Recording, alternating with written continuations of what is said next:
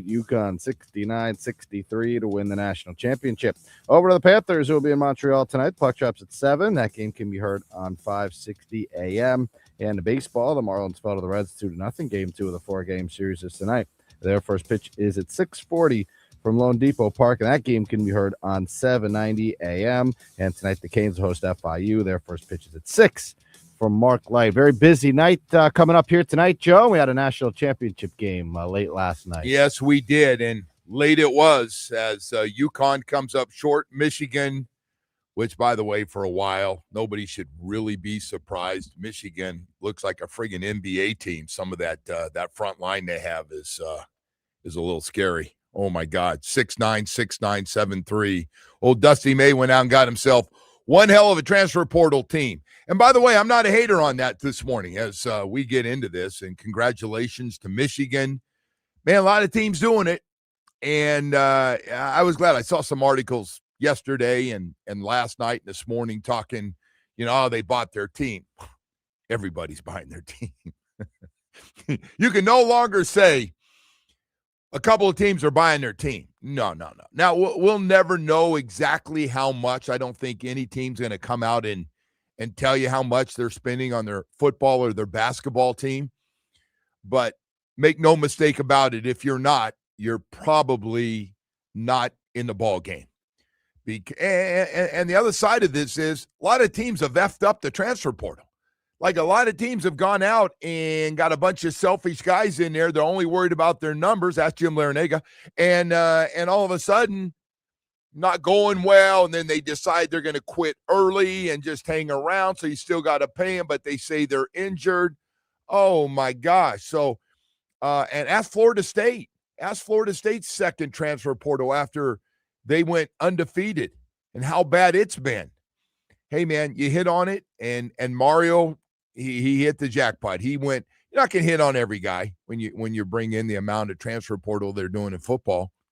But Michigan went out and got a really good group. Dusty May got a really good group of guys, but a lot of them played a lot better for his Michigan team than they did. And they got more minutes, and he saw it. I mean, it's still, you got to get guys willing to play together. They have one goal and yet understand the big picture. If we're really good, we're going to get drafted. They're not going to worry about who's scoring 25 a night and who's scoring 13 a night. And that's hard to do, believe it or not, man. You got these AAU kids coming and these travel league kids. They want to get 35 a night. That's all they care about is scoring the most points. And you get guys just worried about their numbers and they're whining.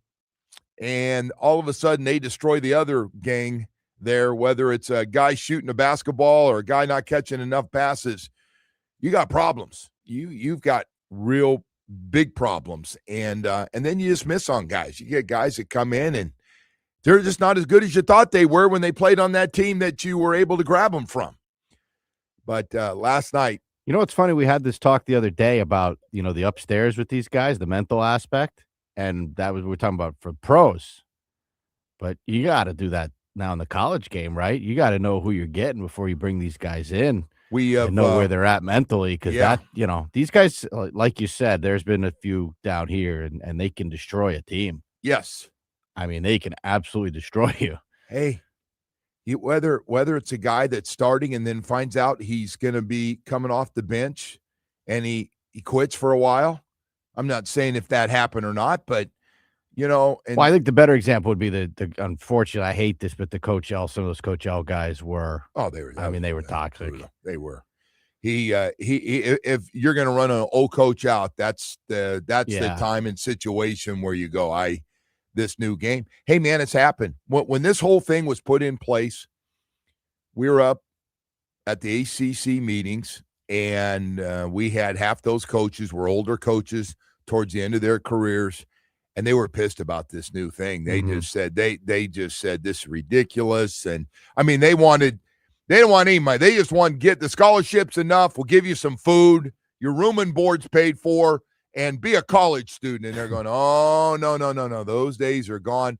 And I think a lot of those guys had a better vision of what was going to happen a few years later, where the money has just exploded. And I'm not just talking football money. Some of those guys last night were getting paid in those two programs. So, yeah. Not just that program, though, man. Don't tell me No. Duke isn't spending and No. those other Of they're course they're all spending plenty of money. Hey, North Carolina, even though they didn't have a great year and his coach got fired, but look at Kentucky. I saw the story in Kentucky. Spend as much money as anybody. Mm-hmm, sure. And they got a bad group. That can happen. It didn't work.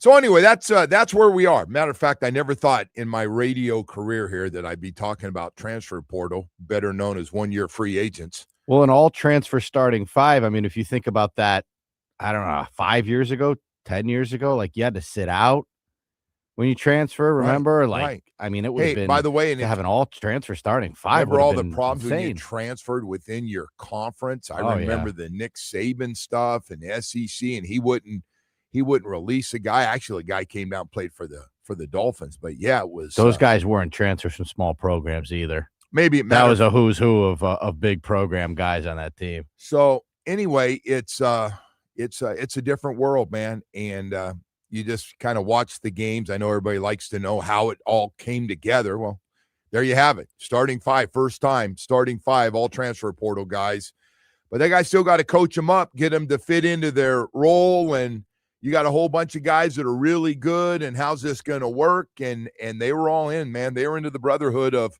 we got a really good team. Let's go out and destroy everybody. And they did.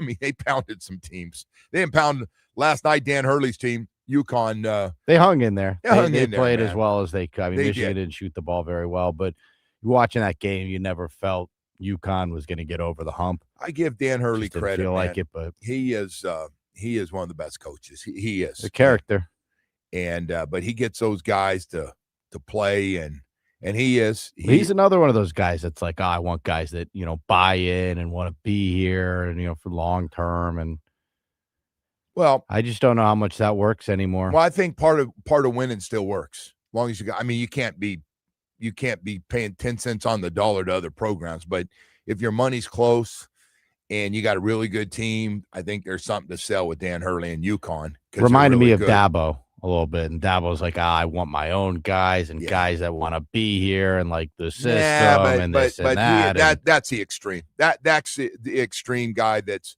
worked for a while. It worked for 1 year. It didn't work very long. I know he came back with that bad record and ended up winning the conference in the ACC, but it doesn't work. It was just such a bizarre interview. We talked to him at the ACC kickoff last year, and he's just like, I brought in 2 guys. Like, I'll bring in my own guys, and we develop them. And he wants to pay his own guys, which is still good, but he wants to develop his own. And in theory, that's great, but it just doesn't work. Yeah, he's very lucky that his team didn't play UM last year, and he'd find out what it looks like to do it today versus the way he wants to do. Hey, by the way, I think he keeps this up. He can be out of a job if you would think, right? I mean, they were, and look at his quarterback was supposed to be a first round and one of those top guys, and I don't hear his name mentioned. He was in the bottom of the Perk article. Yeah, I don't. Yeah, he made the last name in Perk's article. Was in, receiving votes or whatever on the way. I don't know what happened to him. From was going to be so good, and they just didn't have a lot of talent on that team. I think, hey, if we were all doing it the same way, it's probably a talented team. But the transfer portal has changed, man. And they no longer look at you. And by the way, Alabama's finding out too. Saban got out and he's watching. Yeah, that didn't look like a Nick Saban team playing last year. No. Talent-wise. I'm guessing they're spending as much money as anyone, though. Yeah. But by the way, Florida State, they're up there spending money. They're spending money. And they've whiffed on some quarterbacks. And they have. And then some over there. Their board of trustees have sure shut up since they wanted to be treated like the elite of that conference. They've kind of slowed down on their yap, haven't they? Hey, so anyway, good morning to everybody. We've got a lot of stuff kind of jumped ahead of ourselves. Congratulations to Michigan and to the Big Ten. Now Indiana, Michigan make them the football and basketball champs, and Big Ten's going to be beating their chest. And, hey, way to go. Can't hate on that. Indiana, clearly the best team, and Michigan, put it together. And by the way, they kick some teams around. what they did to Arizona, Gonzaga, and some of those schools. They beat them up. They made it like, wait a second, aren't you guys really good too? They beat them up pretty good. So got that. Marlins last night, after so many good stories, had some silent bats last night. I think they had 3 hits and a couple of guys walked, and that was it as they lose 2-0. Sandy Alcantara on the mound tonight. We've got all kinds of other stuff. So the mock draft stuff is, I'm just going to jump right over to this morning. Listen, I tell you, the league wins. I always crack up, and I get what everybody's doing. Everybody, the mock drafts, and they've got, and again, I don't think anybody's talked to John Eric Sullivan, or do I think John Eric Sullivan has given anybody in the business, on our side of the business, anything at all, except he wants a lot of draft picks because the team is empty of talent. And he's going to build it through, hopefully, in theory, with all these top picks in the first 3 rounds, he's going to try to build a lot of his team. Hopefully hit on a 4 or a 5 or a 7. That would be nice too. But it's about finding starters and really good players in those first 90-something picks that he has. And a lot of people think, on our side of it, that do these mock drafts, a lot of them having the Dolphins trading one of their picks to get more picks. And I don't mean drastically like you're just going to give up first-round picks and take a whole bunch of third-round picks, but that you could be looking to still pick up more in that top 100 picks. Now, I don't know if it's true. I found it interesting last night. We'll have Kyle Krabs because now he's doing it too. But the guys that they have on the list, we'll talk about that. It's kind of an interesting list as far as cornerbacks and wide receivers and guard tackle, a little bit in there as well of guys that they could be interested in. And look, we got some big holes. I mean, you could go 4 or 5 different places. And by the way, quarterback's not one of them, folks, for all of you worry. I don't quite understand why everybody is so worried about where we pick a quarterback in this draft. Well, it's kind of the intriguing part of the draft, isn't it? No. Because the mock drafts I've seen have been picking a lot of linemen. Yeah. And well, that's what they should do. I agree. And they but should take corners. That's not exciting to talk about. But nobody cares about the offensive line, where we're going to take line. a quarterback and bring some guy in like he's going to all of a sudden start ahead of a guy that you're giving $23 million a year to. It's just. But there's 2 intriguing options, right? There's the Alabama quarterback. There's Simpson. I don't know where he's going to go. Do you? I would be really disappointed if we took him in the first round with either one of those 2 picks. That would be very disappointed. I think is the wrong word, but really. All you're doing. What if they like him? What if they evaluate him? And they're like, feel like Orlovsky feels. He's QB1. Then don't you do it? Then I have to start looking at questioning John Eric Sullivan early here. Yeah, but then we find out a few years later that they had him high on their board and they loved him and they passed on him because they didn't want to take a quarterback. There's a whole bunch of guys that we got holes on this team about. And I don't want to sit here and talk about 17 quarterbacks to add another guy to the friggin' quarterback room.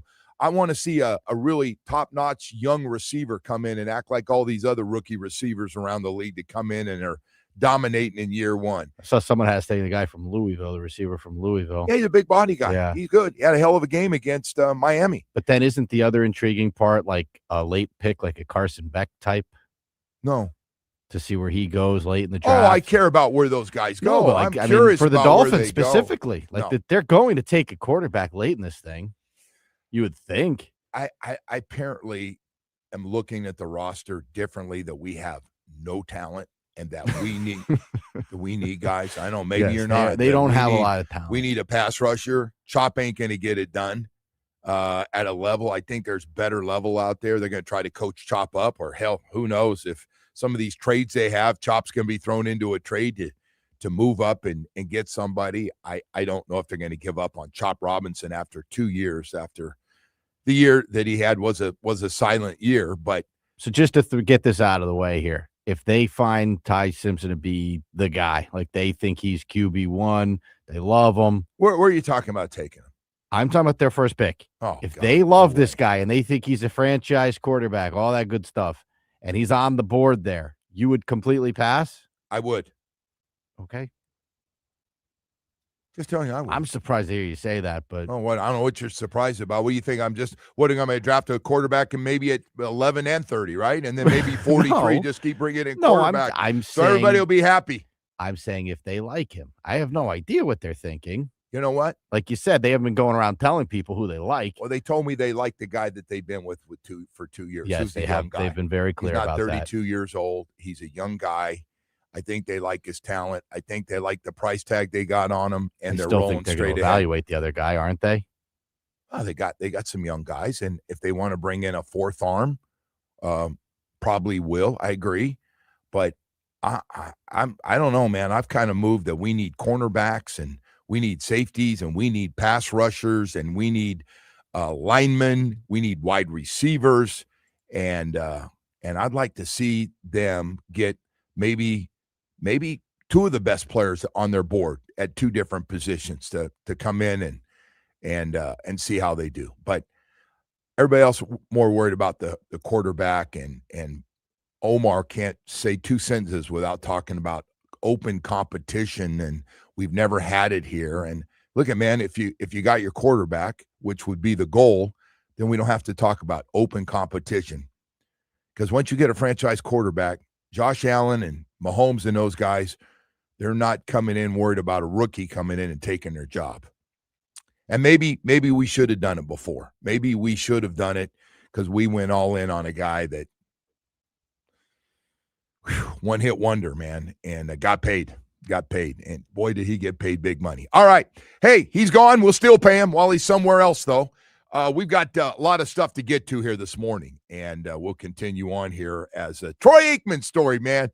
Boy, the Troy Aikman story will not go away. Will not go away. All in on the team, and why is, the guy's nationally hitting. Why is Jerry Jones not using Troy Aikman for the same stuff and his ego? And where does Jimmy Johnson fit into this? And I'm like, oh, my gosh, everybody wants to know the Troy Aikman story and what he's going to do. What's his job? My phone, I must have had 4 former teammates call me the last 2 days. Exactly what is Troy Aikman going to do now that we have a GM and a head coach? What is he going to do? Is he going to be a scout ahead for when he's doing games and call us about something he saw and something a coordinator told him when he was doing interviews, getting ready for a Monday Night Football game? I don't know. It's a great question. It's a great question. Anyway, I do know this. Your South Florida Chevy dealers would love to see you if you're in the market right now for a car, truck, or SUV, especially that new truck. My gosh, this Chevy Silverado. Colorado as well, man. We got a truck absolutely perfect for the way you work and the way you play every day. Hey, whether it's heavy duty or light duty, dependability always comes standard. When you talk about a Chevy Silverado, it's like they've custom made one perfect for your lifestyle. Now, I'm talking early in the morning to all you men out there that are getting up early, getting ready for a long day, working on a job. You work 7 days till it's done, 7 days a week till it's done. That's right, Saturday and Sunday you work. You want a truck as durable as you are every day to get the job done. Boy, we make that truck. You're going to love it. We got great deals going on for you. Hey, and a truck that still got plenty of room for the whole family and for a lot of fun on a weekend, whether it's those wave runners or that boat to pull around Miami Beach to Fort Lauderdale. We got it for you, man. All the power and capability and advanced camera tech you would ever need to make sure you're safe, durable, and got exactly what you need. When it comes to SUV family, I tell you what, I talk about for 20 minutes about Chevy and the great products, from a Tahoe to a Suburban to an Equinox. Man, the Traverse, one of my favorites. I just go on, and nothing sexier than that Corvette right now if you're going through changes in your life. That seems to be one of the divorce specials. When you're going through changes in your life, the old divorce, that Corvette always comes up. The guy grabs a Corvette. Cheapest thing you can get right out of a marriage is a Corvette. A lot cheaper than getting a new girlfriend. Hey, I got to tell you, whatever it is, man, stop by your South Florida Chevy dealers right now, man. They got some great deals going on. 14 dealerships. You'll fall in love at your South Florida Chevy dealers.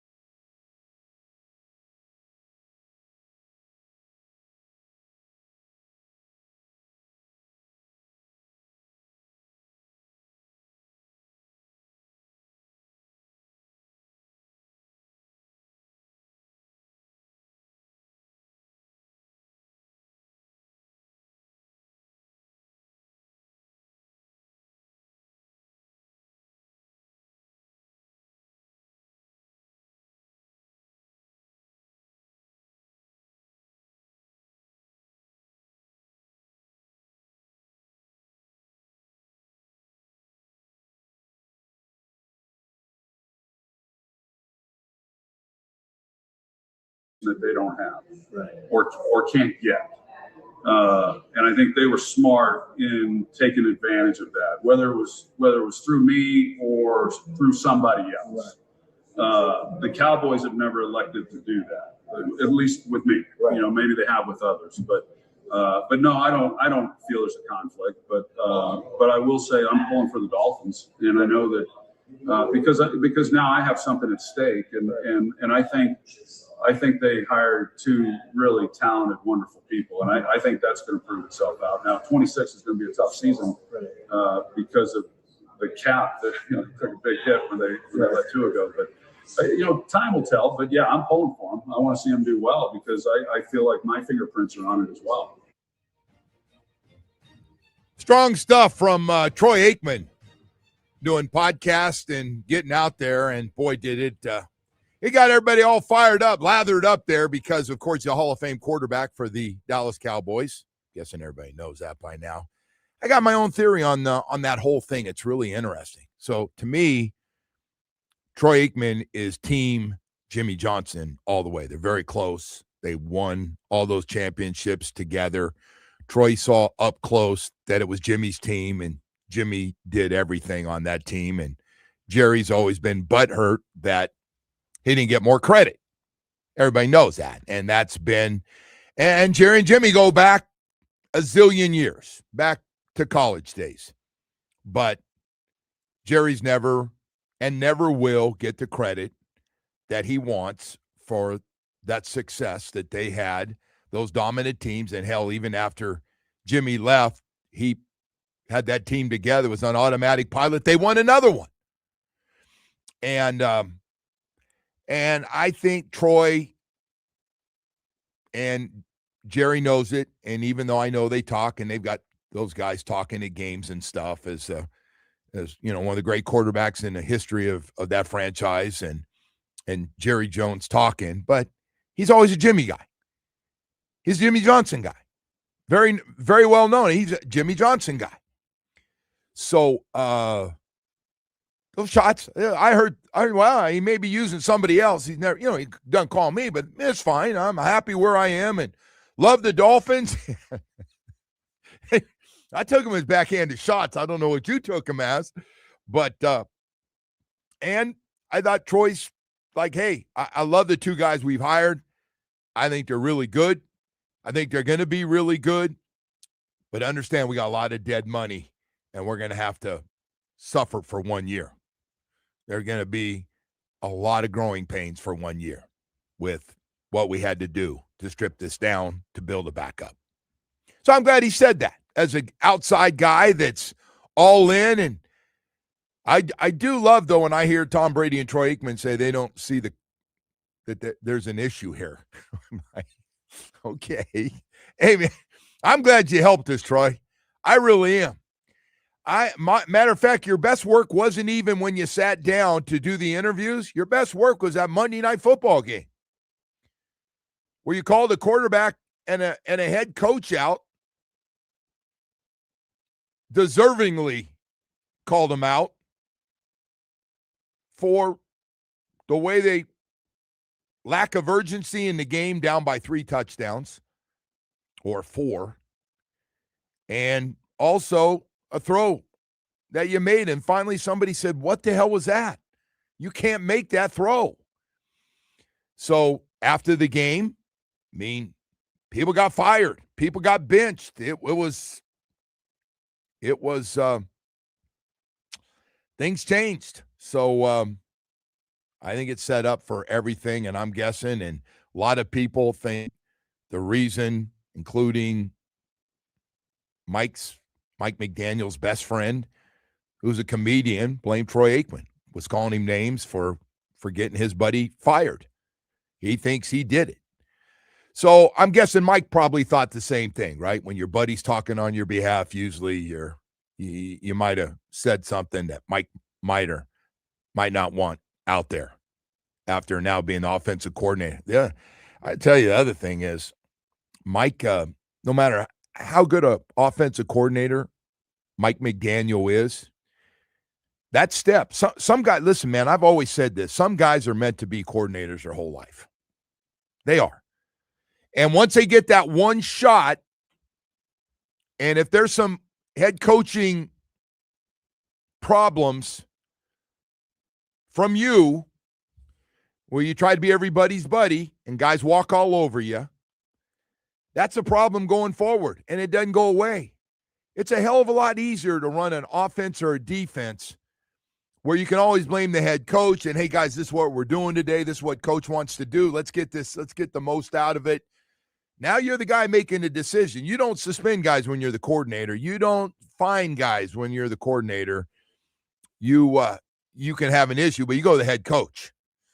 And sometimes I always say this. I used to say this to Jimmy Johnson. We used to do the coaches show, and I'd say, hey, I think some of your former guys are meant to be coordinators and not head coaches. And he disagree. And, and some guys, and I think Mike is a lifer to be a coordinator. I think he's personality-wise and things that have come out, and more things come out from former running backs and other guys, is he's probably better off where he can be one of the guys more and fit in. The head coach cap is a lot different than the coordinator cap. It just is. Yeah, what they're paying those guys, though, you see the importance of them, right? Yeah. Those salaries have gotten a little nutty for the coordinators. Well, they are. Top college guys are making a lot. Well, listen, you know Mike wants to get back. There's no question he wants to. I don't think he gets another head job, do you? No. Yeah, I don't think so.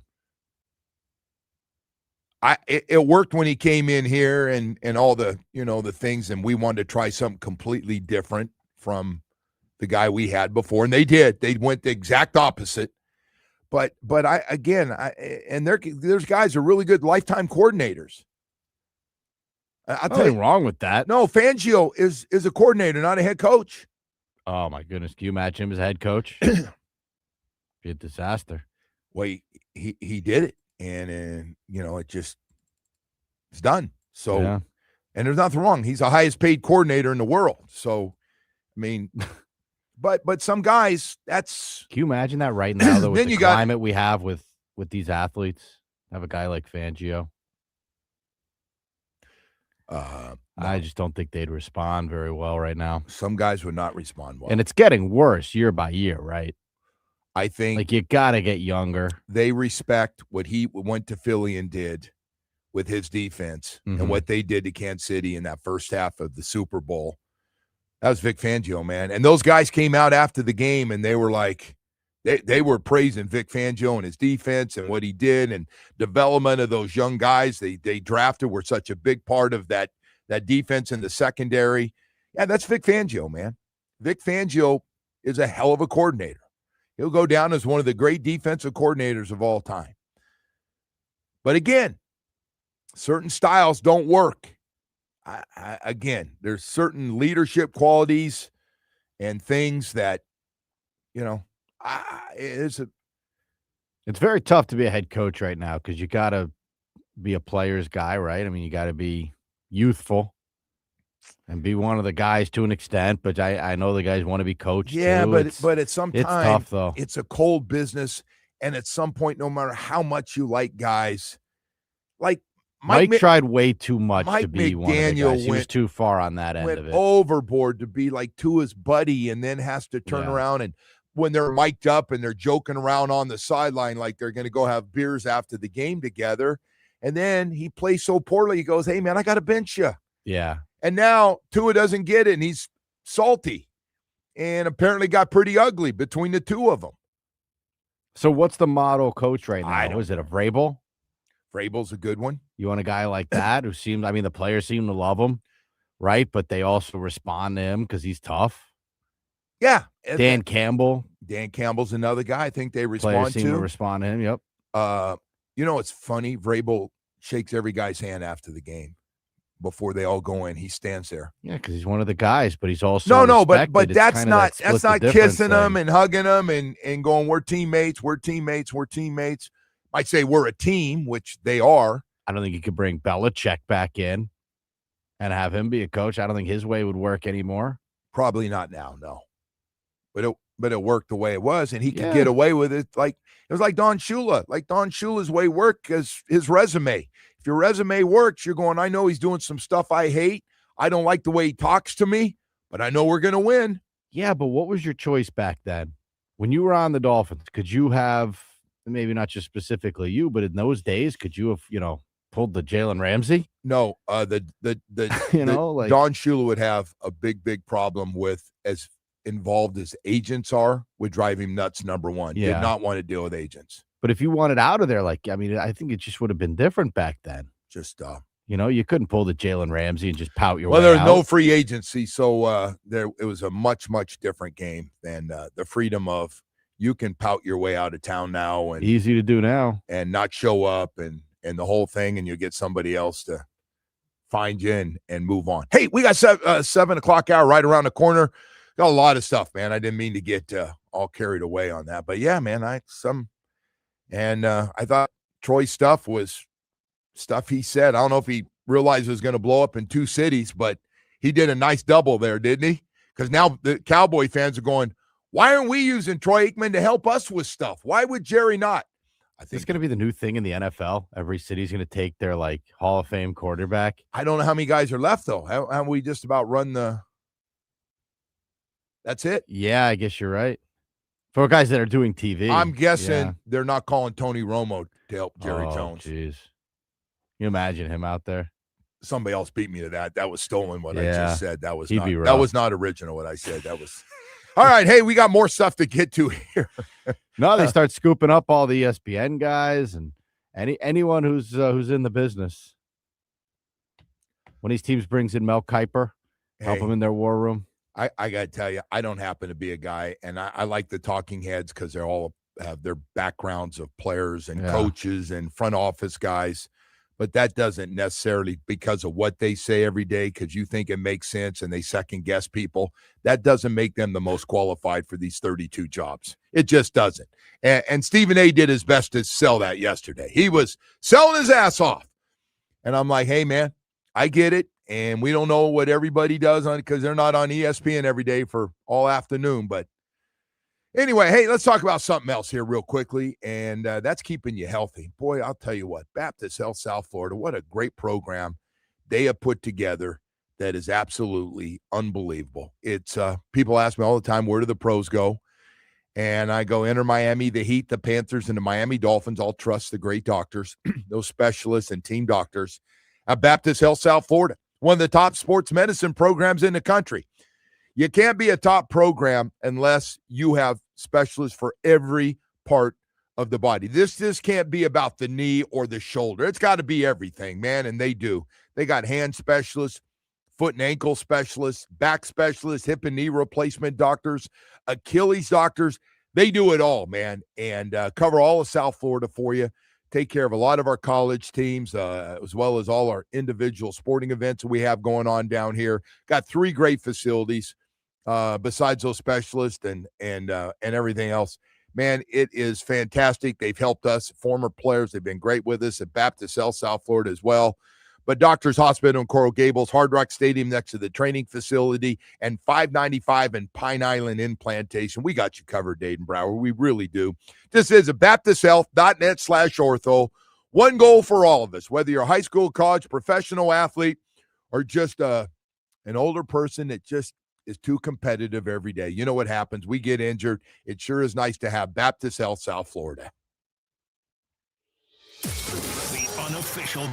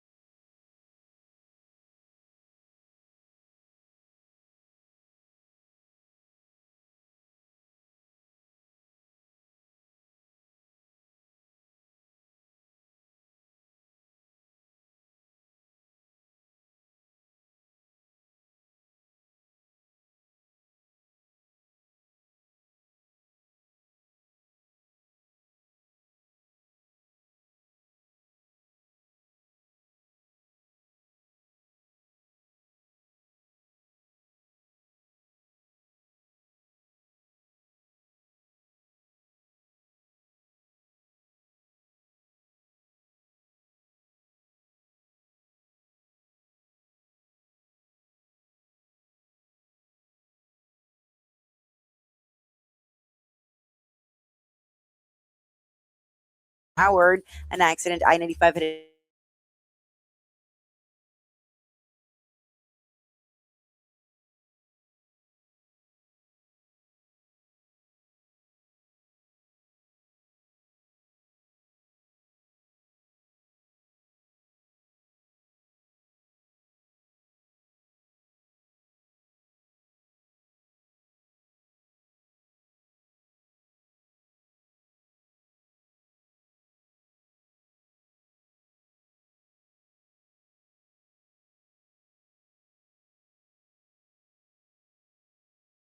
Dallas Cowboys, with a big personality owner, and all the winning they did there when he was there with Jimmy and Michael and all the rest of them, that they're going to be asked, hey, what? Well, they never asked me. Maybe they have somebody else I don't know, but they don't ask me, and that's fine. I mean, after he made that clear, it doesn't matter. I mean, it's fine. I'm all in on the Dolphins right now. I can just hear all those Cowboy fans going, the friggin' Dolphins? You're helping the friggin' Dolphins? Help us. They don't want me to help you, man. They didn't ask me. Jerry's got a huge ego, and he doesn't need any help, and he likes his people. And even though I'm around the league more than they are and all that stuff, and all I could think of is I can just see Jerry going, Troy's a Jimmy guy. I know it. I know he goes down there and see him in the Keys, and they talk all the time. And somehow now Jimmy's involved with that damn thing and help that thing all come together. That's how Jerry's thinking. I think Jerry Jones, no matter what he says, it's over. We're both Hall of Famers now. I think it really bothers him, and because he knows no matter what he says, Jimmy put together that team, that run, that 5 or 6 years that they had of winning championships. Even when Jimmy left, the smell, the look, and everything else, it was Jimmy's team. When they brought in that guy from Oklahoma to coach, he just put on automatic pilot and got out of the way. He got the automatic pilot job. Just shut up, keep it the way it is. It runs just fine. You got my players. And he did. Won a championship. So I think all that, though, when Jerry goes, hey, well, we did it together. I go, no, we didn't do it together. Jimmy did it. You weren't smart enough to figure out those trades. Jimmy did it. Jimmy's the one that's got still that everybody works off the trade the trade board of what you can get and give up. And hell, I think Jimmy's down in the Keys laughing about this whole thing with Jerry not using Troy. It's kind of weird. I mean, now that we're seeing it, and are we going to see it more? I don't know. Who else? I guess Chris Collingsworth could help Cincinnati if they wanted him. Chris too busy. You see, he sold Pro Football Focus, by the way. Got to stay aboard, but made himself a nice chunk of money there. Whether you like Pro Football Focus or not, still some former players aren't big fans of it. I think everybody in the media loves it because they love to see those grades when a guy looks like he had a bad game or had a great game. Everybody wants to see the grades on for everybody. Players hate it. Players hate it. Let me just throw the players in there. They do not like it at all. Hey, so anyway, we've got a lot of stuff going on. One of my favorite events. I don't play the sport. I did play it for a long, long time. I sucked at it. Openly tell you I am terrible. If I was to count every stroke when I played, I was always over 100, and probably by a lot. I took lessons. I spent thousands of dollars on lessons, and I sucked.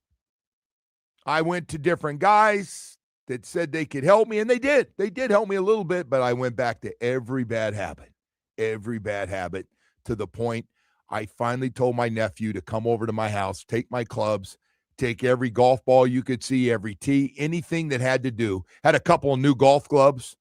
Said, take them. I suck. The sport and I just don't get along. And that's golf. But the Masters, I love to watch. You feel like you know every hole. I don't care who's playing. Yeah, I'd like to have Tiger in there in his prime and Phil. But see who plays well, man. This is a tournament. This is it for me. Nothing against the other ones.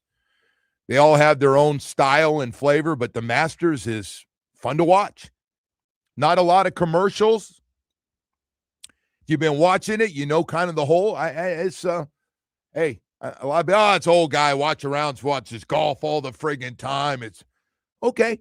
Well, this kind of fun one, man. The Masters is got to figure it out. And it's a fun 4 days coming up. Still one event I would love to go to, right? Get a chance to get out there and just walk those grounds. Yeah. I would like to do it for a day. I would. You're right, Woody. You're right. And by the way, all my guys have been up there and played. Nat, Danny, Bo. I know you don't like golfing, but you may want to take them up on that if you ever get an invite. To golf?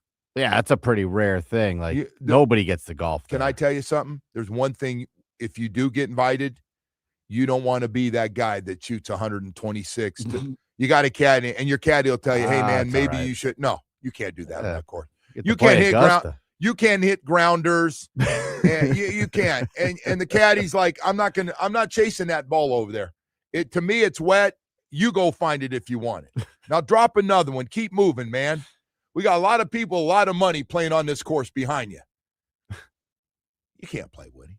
They're holding up like Bill Gates behind you. Yeah, you got members and their friends and the rich and richer and famous and that's who's this idiot? Super private, and you're hitting grounders and throwing your clubs and just a bad look. But I love watching, man. I love watching Sunday. I'll flip my TV on 4:30, 5 o'clock. Masters Sunday is fun. I want to watch the last 3 or 4 holes of every tournament. I've seen more choking from the top players in the last month and a half of some guys that are really good, have nice leads going, only to fall apart over the last 4 or 5 holes. And this is one of those golf courses that it can get you. If things get a little tight around the collar, it can get you. Hey, 7 o'clock hour can get you too, man, because we're coming back. We got a lot more stuff to get to here this morning as we continue. Congratulations to Michigan. They looked apart from the start of the season, and 7-3, 6-9, and 6-9. Those some big NBA-looking bodies right there, man. Congratulations to Michigan and Dusty May, man, winning the championship. Big Ten, proud conference of football championship and now the basketball championship. Hey, we'll talk more about everything coming up here. Atlantic Men's Clinic, ED, and Low T is nothing to mess with. I had them both badly. Nothing was happening. My energy was shot. I mean, I used to be really active, and then I stopped for like a year because I was tired all the time, and then I thought I was getting depressed. I go, man, what's going on? All I do was sleep, and if I was tired, I'd go home and take naps. And and weekends, there was nothing going on weekends. I was just used to be active and had tennis games set up, and I stopped for a little while because of my energy level. And then ED followed. Next thing you know, there's sex drive is completely gone. Nothing's there. I was going to bed early to fall asleep before she came to bed. It was terrible, man. And I went to Atlantic Men's Clinic, and I had such great results 2 years ago. It's been 2 years now. I can't thank the folks at Atlantic Men's Clinic, the men and women. You get the testing done when you.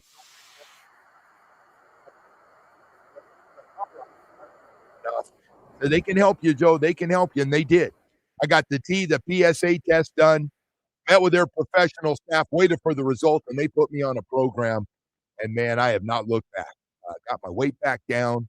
Again, burning calories, man. And then on top of that, just started feeling great.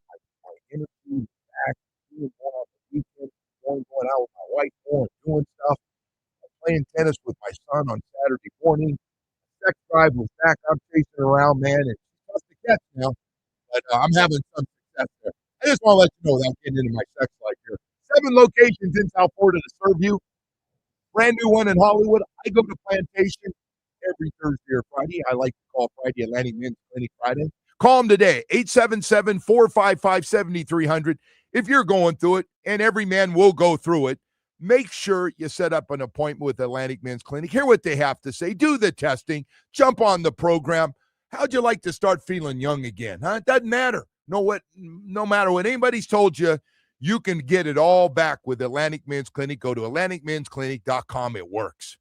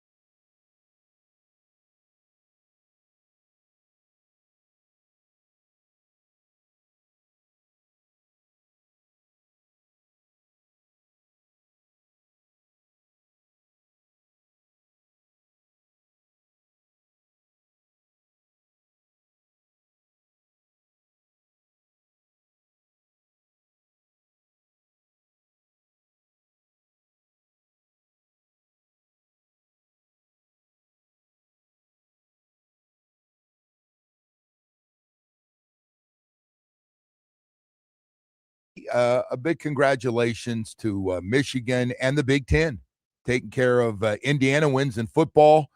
Michigan with that dominant team, 5 transfer portal players in the starting lineup for Michigan. I think we're going to see a lot of that.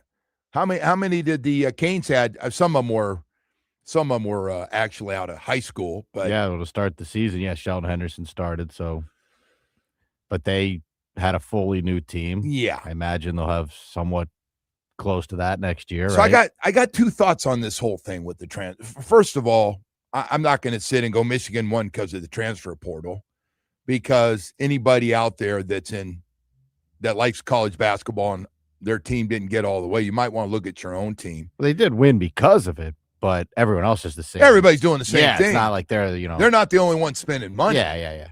Matter of fact, all those big conferences are spending money, or they're getting their ass kicked. And they're at the bottom. Miami had 2 transfers. Their top 2 guys were from that conference.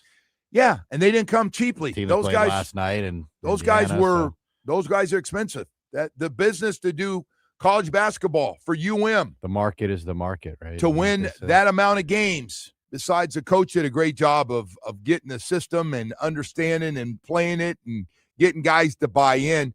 There is no guarantee just because you go out, and you can ask. There's a whole bunch of examples. Miami's seen it. They saw it in the 1 year in the transfer portal. They didn't do a good job. They have the last few years. But second of all, Jim Larinaga, ask him about his one class. After having great chemistry with that group that went to the Final Four, great chemistry, played together, played the right way, the Jim Larinaga way, and then he got some bums. He got some guys that I went bum on them. Yeah. It's Tuesday, though. It's all right. You're supposed to hold bums to Wednesday, Wednesday. We don't do that, though. We always say it, and we don't do it on Wednesday. So I just they got some guys that just literally no, they did. Injury, could have played. Yeah. I don't want to play, and they want to make sure they kept their year of eligibility. And we also had guys that were focused on the NBA. That too. They buy into that hype. By the way, I give him credit. The guy shows up and does nothing and goes in the first round. Keyshawn George? Yes. Yeah. He's on that Wizards disaster. That's where he should be. It's a good place. That's a good place for you. Hey, so anyway, but there's no guarantee, man. You got to still get the right guys. Those Michigan guys play together. Now, I don't know where they're going in the NBA, and I didn't dig into it to see how many NBA guys they got in that group, but they got 5 guys, and they got, listen, there are a lot of NBA teams like to be 7'3", 6'9", 6'9" at your forward positions. And that's a big team. Big, strong, physical team that dominated in the paint and made a lot of free throws last night, too. Let's not forget 25 of 28 on free throws, but played together. And there's a lot of teams spent a lot of money that didn't get that kind of chemistry. Hey, man, I came here to score. Oh, what do you want me to do? Oh, no. I appreciate you paying me, but no. You better make sure and do your background check and find out what you're getting and make sure everybody's on the same page. That's what Jay Lucas says. Hey, man, we tell them before they come here, like, look, man, I'd love to have you. I can pay you what you want, but you got to play my way. And this is what I think you're going to be on our team. Are you okay with that? So they got a couple of first-round guys. That real big guy, the 7-footer, he's late in the first round, and they actually have that Lendeborg going to the Heat. This Tankathon website here. Okay. At 13. All right. They got some. But that, just to give you an idea, they have like a couple first-rounders. All right. Yeah. But none of the guys way up there. They play great, man. When you beat teams the way they beat what they did to Arizona, come on. I thought Arizona, a lot of people go, Arizona might be the team to beat, and Michigan goes, no. I thought last night's win was really impressive because they shot so poorly. Yeah, they did. And they still dominated UConn defensively, block shots. And both teams did not shoot the ball well. I think they're both in the 30. Yeah, it was an ugly shooting night. Yeah. But listen, man, Dan Hurley's team hung around. They didn't get blown out, 69-63. They didn't embarrass themselves. And anyway, so moving on from that, although I don't know how they're going to try to get this thing back under control. And they're talking about putting all these, led by the president, this committee he's put together, going to change all these rules. Good luck. Well, what was that? I saw it came out with an executive order, and then they're like, "Oh, we can't enforce it." Yeah. It's just something to try to push Congress, and Good luck. I don't know, man. This all stuff's weird. I don't know. They got a lot on their plate right now, though, Woody. Yeah. Don't worry. I always think this. They got a lot on their plate. Well, that do you has want to to do screw with with a lot, it? lot more important things than have to worry about college sports Well, right yes. now. I mean, yeah, so it should be lower on the. But what do you want to change exactly? Like, what do you want to cap this thing? You want, guys to be fully employees of the school? Like, what needs to change here? I think it's a little bit. Product's great. Nothing wrong with the product, right? No. Tournament was not the best tournament we've seen. But And by the way, it's not just one team doing it, like we said. So for everybody's complaining about the money, listen, all these schools are spending money. Like North Carolina's got a lot of money. We're just laughing. Somebody's going, who's got a lot of money that gets away with. Nobody wants to say anything about it because they haven't been good. They haven't been very good at it yet. It's North Carolina. They got a lot of money up in North Carolina. You don't say. So I just spent a lot of money on that football program. That mess. You can see what they have now. They got an NBA coach and an NFL coach. Yeah, there. right. See how that thing. It's a strange hire. How Belichick looks in year 2. He and his girlfriend. How's that? She's kind of taking a lower profile. We haven't heard about her doing it. We have not. Haven't been. Quiet. Nobody's been in the cheerleading competition she's in. Those co-ed adult cheerleading contests. Whatever they are. Yeah. We have any of those down here? Maybe you show up at one. I don't know. You want to be a judge? No. An honorary judge? No, I don't think so. No. Yeah, you show up at one of those things? Nah. Celebrity judge, Joe. Not a good idea. Not a terrible idea. No. That won't happen. Now you got me thinking about it. No, that ain't gonna happen. There's no shot. Hey, Marlins go down 2-0 last night to the Reds. Sandy Alcantara, man, he is off to a great start. His ERA is absolutely perfect. 0.00000. And so see can get his third win tonight, get a little offense going. Only had 3 hits last night, and get that rolling. And we got a bunch of other stuff going on here this morning as well. The Masters, tell you, man, doesn't start till Thursday, but truly fun to watch from start to finish, and amen corner to everything else on that. It's just, and again, I don't golf. And nor do I want to golf at the Masters or what I want to. My son's trying to get me to go out, and it's not going to happen. Just don't want to pick him up. The most frustrating game there is in sports is golf. You know what else I suck at, by the way, I suck? I'm not very good bowling. I'm terrible. Cannot bowl. Love bowling. Cannot bowl. Cannot get my arm to work on it. Huh? You gotta work on it. I know people just go out there and they just throw it straight. I can't keep it out. Well, bowling's the same thing as golf. I might as well go out with a 5-year-old and just put the rails up and I can bounce it off it to the bumpers. Yeah, so I don't throw gutter balls. I mean, you can. I got guys like O.J. McDuffie shows up and bowls a 190 or a 200. Yeah. All these guys go out and bowling is the same thing as golf, though. Like, you never really you can get a 300. It's obviously incredibly rare, but you're always kind of like chasing perfection. 300. I've never come close to 200. No, I mean, you won't get a 300, but I'm just saying in general, like, that's what you're chasing. Yeah. Those are the 2 hardest sports for me to play. Bowling, take the kids, used to go over and bowl with the kids. Bowling. And I'm not proud of this. I'm under 100 a lot. In bowling? Yeah. You leave every group, everyone's open, you're going to have a 90. Yeah, that's if you can't get a spare, I can't hit that one pin that's sitting there in the corner off the side there. It ends up in the gutter, no shot. Yeah, my kids are breaking 100. Okay, good. I mean, they use the bumpers. All right. Well, I'm just saying I don't use the bumpers when I'm playing with grown-ups, and I suck. That's embarrassing. All right.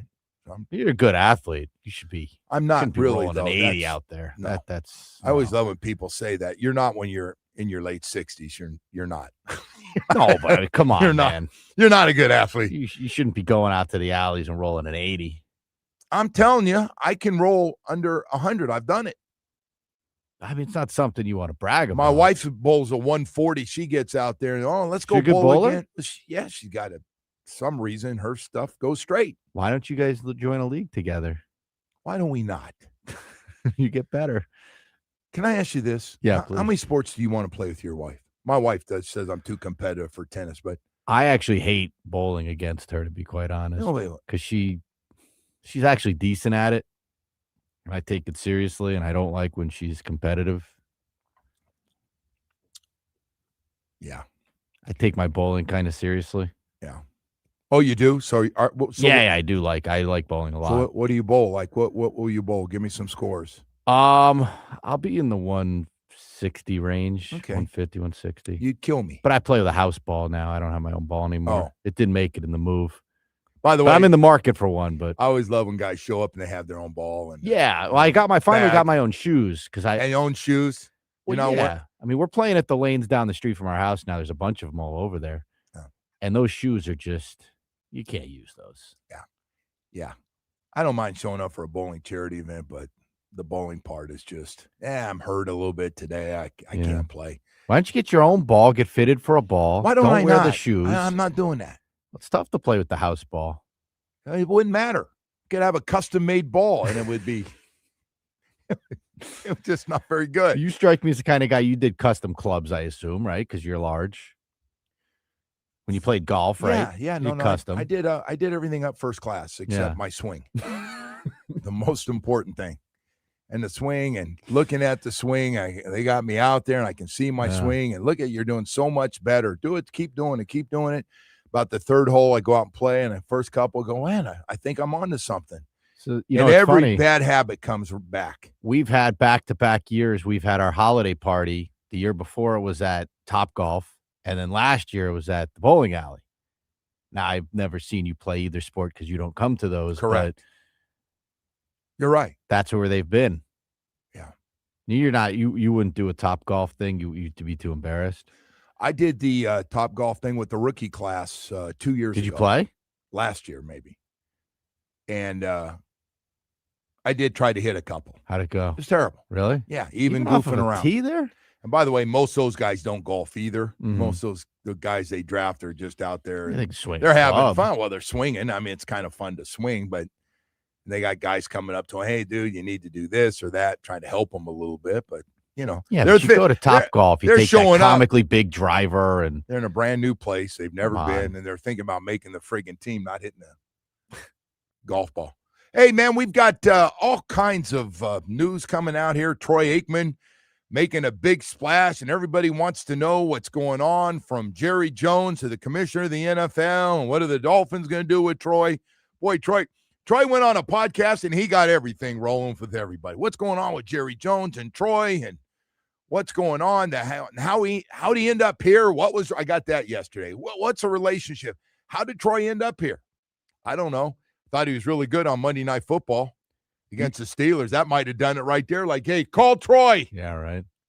By the way, you just got called out on the text. Someone said they've golfed with you, and you're not as bad as you say. Terrible. No, they haven't. Then I haven't golfed. Called out. I literally called How bad really are you? Like, my nephew. What are we talking? My nephew is Ryan tweeting, and one day he goes, Uncle Joey calls me, and it's something about. And I said, hey, you golf? He goes, yeah. I said, come over and get my clubs. He goes, why?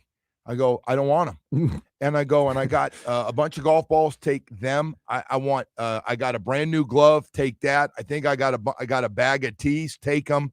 Make sure you take everything, including, if you want, I don't know what size shoe you wear, you can take my golf shoes too. Well, what was the problem though? Where you just get too frustrated, like you don't have the patience for it? I don't want to. Like I said, you're a good athlete. Like I'm guessing. Will you stop with the good athlete thing? Well, you're good at tennis. There's a lot of guys. You are a good tennis player. You know that. Yes, I'm okay, but this thing, golf's a tough game. It's an incredibly golf tough game. Is not easy, and it can get very frustrating. Listen, my buddy Bo's out there. He tells me, he said he's played. We've been playing. We start basically playing the same time, and he's hitting grounders. Bo's out there hitting grounders at a private club. Nobody wants to do that. Somebody said you come across as a billiards guy. Another very tough. You consider that a sport? I find that to be incredibly difficult. Yeah. Do you play? Yeah, I mean, I play when I can. Yeah, play ping pong. Yeah, grew up playing ping pong. Do you call that a sport? Yeah, I think so. Right? Yeah. I mean, you could bet on it on the Hard Rock app. Some of them, you just named a couple of drinking sports. Yeah. Golf is a drinking sport, though, too. So is bowling. But those games were big. I have my son, and my son and I are together a lot when he's growing up, splitting homes there, and we did a lot of that stuff. Yeah, ping pong's Yeah. great. All right. Hey, listen, Woody, I'm way past time. I just wanted to mention, is there anything you suck at? Because you sound like you're the greatest I athlete just told I've you ever I'm heard. terrible at billiards. That's Okay. one. By the way, also terrible at golf. Atrocious at golf. Okay, so But if you get in the cart and you have a few beers with the boys. what, that makes you play better? No, but it makes the experience better. What, hitting grounders while I'm drinking beer? I did that one Yeah. Thanksgiving out with my last time I played with my two brother-in-laws, and I didn't feel better hitting grounders. You go, Joe, just pick it up, bro. Go grab a beer. Go, don't worry about it, man. We'll just give you a scratch on that hole. No Why problem. you play best ball? Chill zone air conditioning, man. Let's talk about chill zone air conditioning. Something, Woody. I don't know, Woody. You didn't really come clean all the sports you're not very good at, but that's all right. Chill zone air conditioning. I want to talk about a new air conditioning company that I think you're going to be really happy with. You know the deal here. It's about ready to start getting smoking hot. And one thing we do want is we want to make sure our air conditioning is working the way it should. And if you've had bad experience after bad experience with air conditioning companies, they got a terrible reputation for good reason, because a lot of the work they do is not very good. You will not have that problem with Chill Zone air conditioning. Nope. Starting with the president. Oh, yeah, the president, Melissa De Verona, is fantastic, and she will make all the difference in the world, because when you call Chill Zone, she answers the phone, she sends crews out, finds out what the problem is, make sure they're on time. It's about great service, about taking care of your problems with great service. If you need a new air conditioning unit, they tell you a time, that's the time they're going to be out there. That's the way Chill Zone works, man. And if you got a question or a complaint, you can always get a hold of Melissa, who's been in the business for more than 20 years. Her father had an air conditioning company, and listen, it's family owned and operated. It's about great service. It covers all of South Florida, and they want to take good care of you, serving Dade and Broward County. So, hey, the next time you have a problem, why not speak directly to the owner? From installing air conditioning unit to repairing or to duct cleaning or anything else, call 786-378-2778. That's 786-378-2778. Tell them you heard right here on 104.3 WQM. She's a wonderful woman who will take great care of you with great knowledge of the business. ChillZoneAC.com. You can learn more. Stay chill with Chill Zone Air Conditioning. Call them today. WQAM.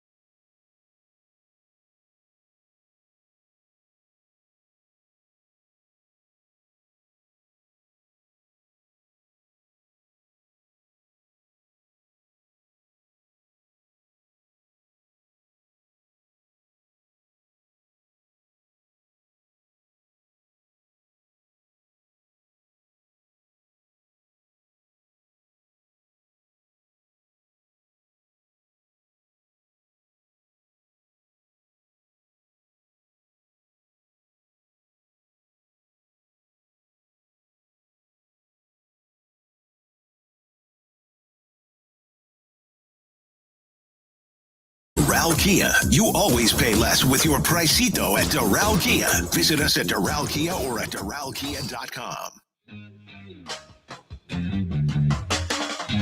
And speaking of the Miami Heat, back in action tonight and not going anywhere. They'll have another game with Toronto, back-to-back games up there. Toronto out in front of them, as it looks like they are headed for one of those 4 playing positions with just a handful of games left here, and go from there.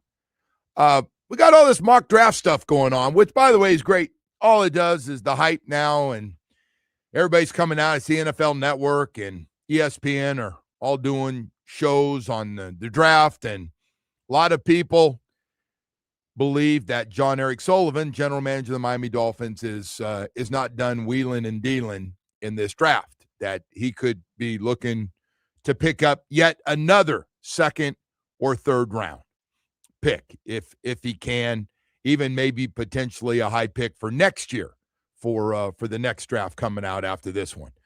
So look at everybody's involved in them now, and Kyle Krabs will join us, and we'll talk to him and get his thoughts on when you take a quarterback, and with the situation you have with Quinn Ewers and Malik Willis on the roster right now, and what you might add and where. And then they've got list of all the players that the Dolphins should take, and it's kind of a unique situation because we stripped it down. We got holes in every part of this team: cornerback, wide receiver, safety, guard, tackle, tight end. You could,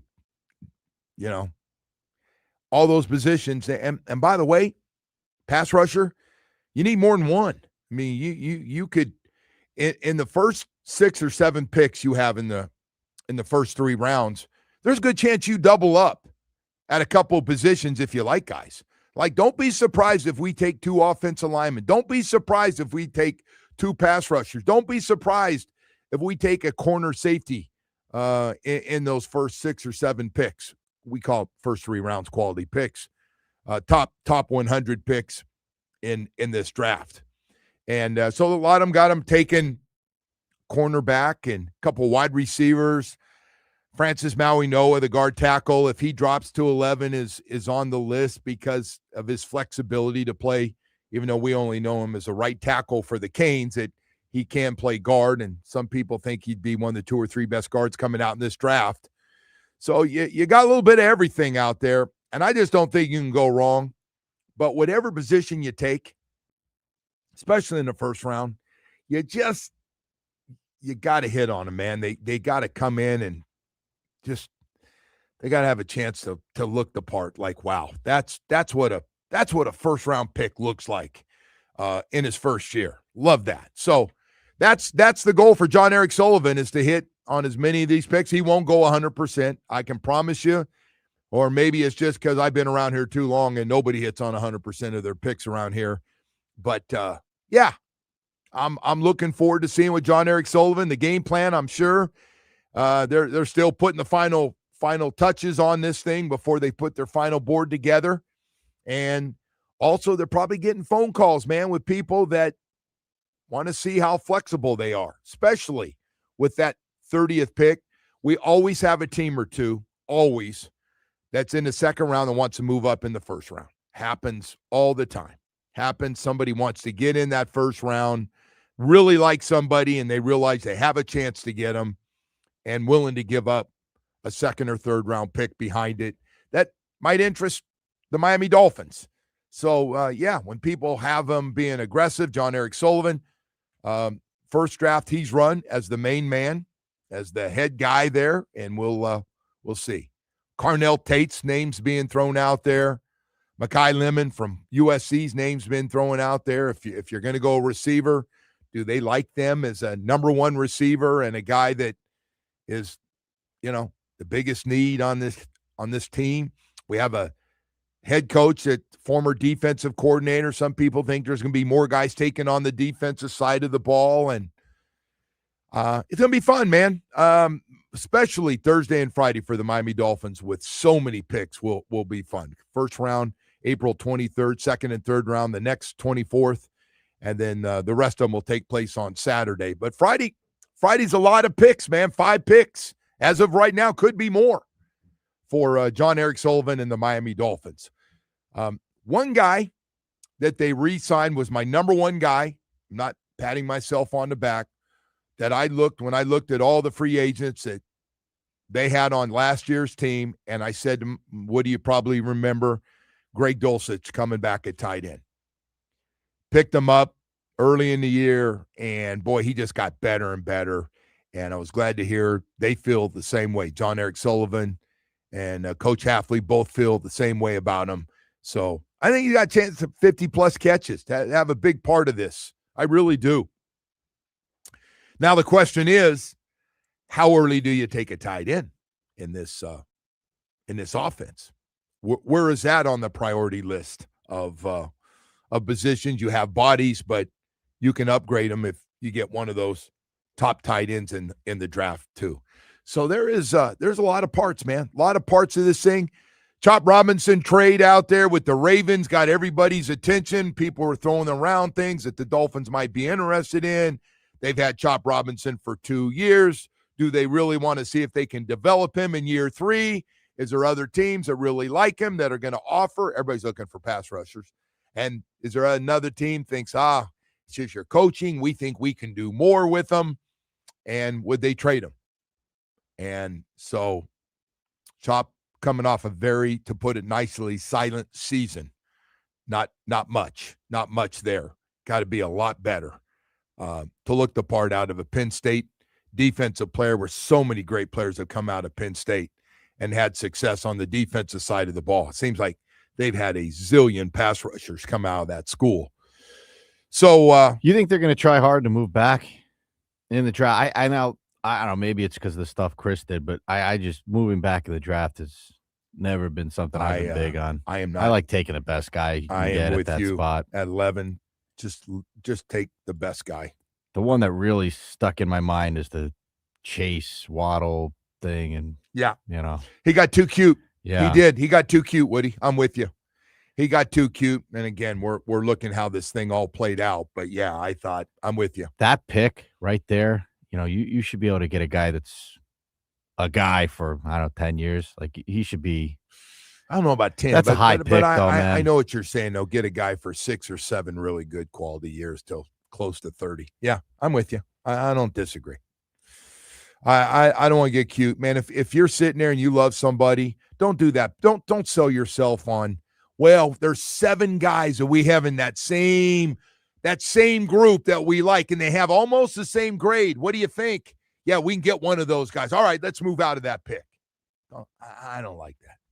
Take a guy, especially with so many holes at 11. Take a guy that's just got superstar written all over him. Where everybody, even the wife comes in and goes, I like him, honey. That guy, even the wife signing off on it. No, wives aren't in the war room, but it sounded good to make my point. Yeah, that's just take best player. I'm with you on that, Woody. I agree. Now, the 30th pick is off, man. What they do with that 30th pick, I think they're going to be open to seeing what everybody wants to do. Mm-hmm. They've loaded up on threes at 3rd round, and Green Bay has been notorious for 2nd, 3rd, and 4th round picks and finding good players. So we'll see if John Eric Sullivan follows that same program. Anyway, we got to go to break. They got Akeem Mesidor, by the way. They're talking about him right now on TV, on ESPN, going in the 1st round here, the Cowboys, late in the 1st round. Yeah. Hey, man.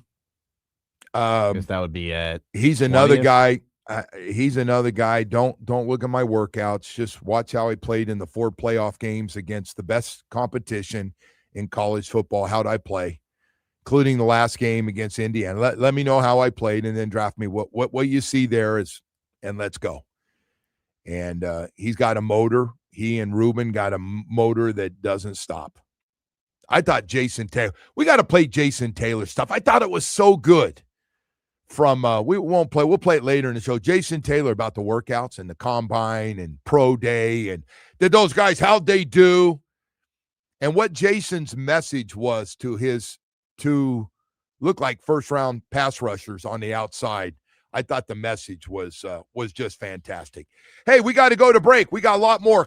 Speaking of Dolphins and what they might do, Kyle Krabs is going to join us like he does every week. We like to have him on. I want to talk about Chev at Loctite Impact Windows, Doors, and Roofing and the great job they do. Impact Windows are Hurricanes Category 5 rated to withstand 140-mile-per-hour winds. Loctite Impact Windows, Doors, and Roofing provides 100% financing, 0 down. Loctite Impact Windows, Doors, and Roofing, no interest, no payments for 1 year.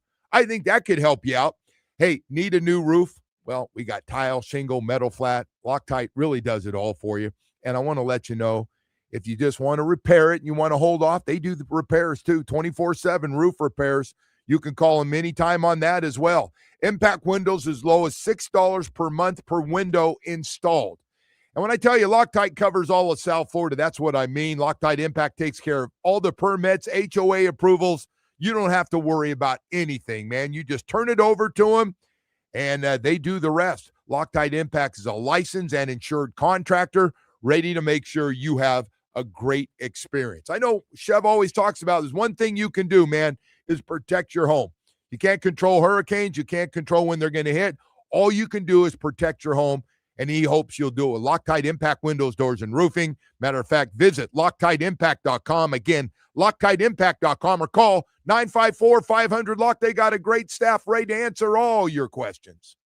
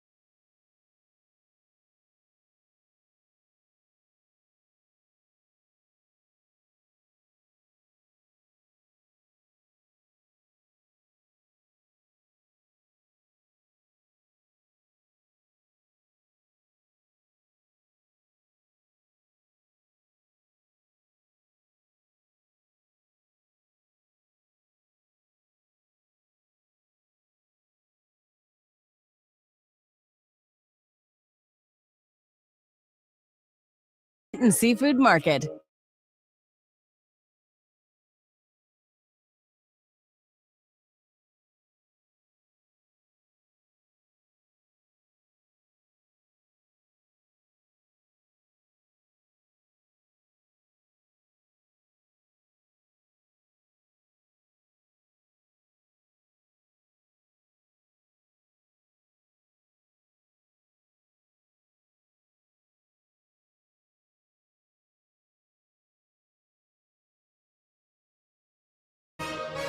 All right, Woody, what do you have for us today? All right, Joe, first things first, let me get you some weather. It is brought to you by Tornado Roofing and Contracting, helping homeowners stay safe this storm season. Visit tornadoroofing.com for a free roof and window estimate.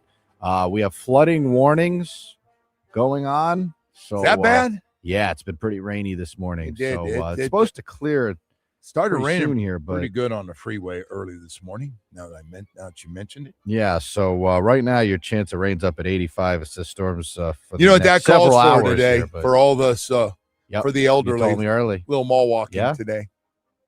It's a good mall. Mall Sawgrass. walking, yeah. You hit the food court afterwards, and I try Put the not weight to. back You, on you know and the shit. smell. You know the smell when you Oh, go yeah. there. The pretzel smell gets you. Yeah. That's a strong one. The cinnamon roll. What's that cinnamon roll? Oh, Cinnabon. Cinnabon. So good. I like that. They get you. Those two get you, that man. hibachi chicken that they make. You know, I that don't teriyaki smell that chicken, early in the morning Chinese when I food, get you know, there. like that? So you know the mall's open early, so older people can Oh, is it? I didn't know that. walk. That I didn't know. I shouldn't tell everybody our secret. Sorry, everybody from Century Village. I didn't mean to say that. Bro, when do the stores? They must open at 10, right? They want to tease you, so the stores like you in there while you're walking around. Going, Yeah. Little window shopping. well, the smell, the perfumes, all All right. the good stuff.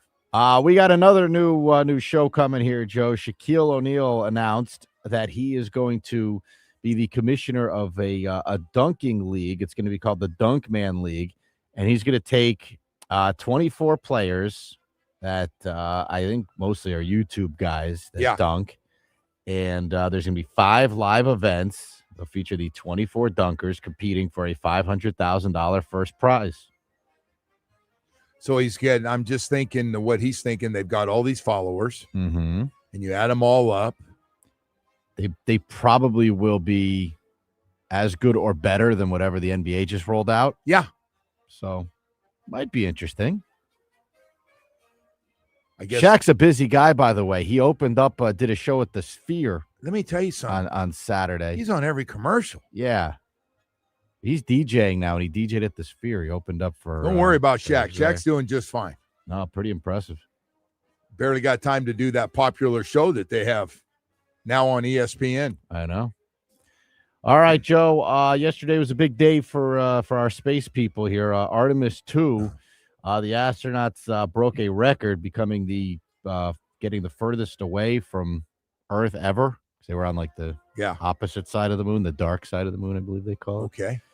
I've been on that dark side. It's terrible. Yeah. No man wants to be on the dark side of. I feel like I've asked you this like maybe in years past, but space travel is becoming more accessible. No, thank you.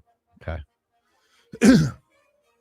I'll run to the mountains before. I'm watching these movies. I'll run to the mountains and try to hide. So if your wife was like, this summer, I booked this tickets. We're going on the Virgin Galactic spaceship. We're going to go up to space. You'd say no go? No shot. All right, fair I enough. think it's great.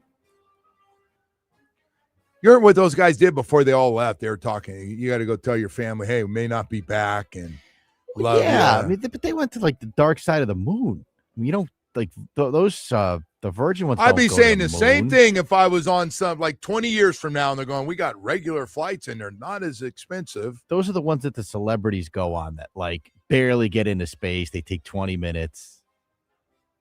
Yeah. Yeah, I mean, it's not a moon mission. I'm not sending you to the moon. All right. I'm not interested. All right, fair enough. No. All right, Joe. This is out in your neck of the woods here in Long Beach, California. Well, sort of. We don't really think much of Southern California, but No. go ahead to your point. Well, Go here ahead. it's a rough story here. An investigation is underway in Long Beach after a family discovered possible human remains during an Easter egg hunt It's a bad Easter near egg right there. near DeForest Park and Wetlands on Sunday afternoon. So I don't know if you're familiar with that area. Is that No. a dumping ground? I don't know. The LA mob, I are have no they idea. dumping out there? I know they have a few fires going. We want to keep the fires down south. It's a little selfish.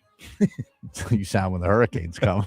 That's how everybody says the hurricanes. Yeah. Just stay away from South Florida. Yeah. Oh, we're really sorry, islands. Oh, my God, you guys got hit again. Puerto Rico, we're so sorry.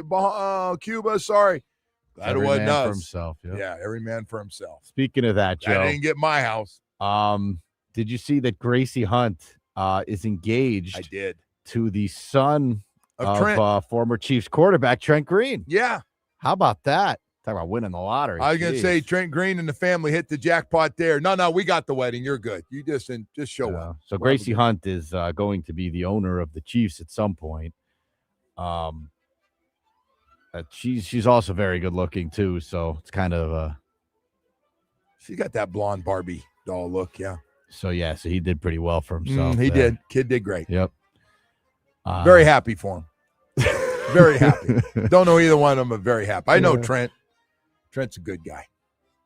It'd be a good wedding to get invited to. I don't know how well you know Yeah. Trent, but it'll probably be a hell of a wedding. Be better in that locker room that gets F's all the time for the Yeah. way it looks. It'd be a lot better than that. All right, and our final one here, Joe. You asked. You said you haven't heard from Bill Belichick in a little while here. Yeah. Well, a painter, who is painting one of. Apparently, he has many properties. She does, yes. No, he does as well. Oh. She does. She has They both have problems. weaseled her way into getting some of those from him. But a painter is suing Bill Belichick for nearly $300,000, alleging that he was responsible for an unsafe work site where he fell and badly injured his ankle. This is at one of Belichick's properties in Nantucket. You know what Bill said to him? Just do your job. Yeah. Do No your days job. off. Show up the next day. Yeah. Apparently he's got a bunch of properties here. He said he owns a small compound. Buys and You sells saw these Belichick's things. made over $200 million as a coach. Yes. I'm thinking Yes. Bill's pretty smart with his money, too. Bill just got stupid on this last girlfriend. This is the first time. This is the first time he's got knocked out of his game a little bit. By the way, real quick here, 305 says I was just watching a trailer for the Hulk Hogan documentary. It airs on April 22nd. I don't think we've mentioned that one. But there's a lot of documentaries. I like the whole lot story. of docs. Yeah, be interesting. He, know what I he's saw the had other a bit day? of a train wreck. If your life's been a little train wreck and you want a little company, I think the Hulk's part of his deal. I saw a Late trailer. in life was a little rough. Yeah, I saw a trailer for a movie. It's about a movie about the making of the movie Rocky. Oh, really? I don't know if you saw the trailer for that, but it actually looked awesome. But so the kid in the movie plays Stallone, and it's a movie about making a movie. Wow. Okay. Does that make sense? Yeah. You don't seem interested. No. Have you watched any of the Rockies past like Rocky 4? No. Once he got to 3 or 4, I like the first 3 or 4. Yeah. Well, most people don't like the 5, which is Tommy Gunn. I Yeah, like. Tommy You know what Gunn. I like? I like Rambo's, man. I love. I know these you like Rambos. Rambo. I love this one. Don't turn it off, honey. Well, you see how many times you've seen it? She always goes, how many times go, I don't know, this is a good part coming up. He's about ready to blow up this town. Do not turn it off. You've seen Demolition Man with him, right? With Stallone. Yeah. With Snipes, Wesley Snipes. They just run around town shooting each other. Oh, yeah. He got the bang, bang, shoot 'em ups, man.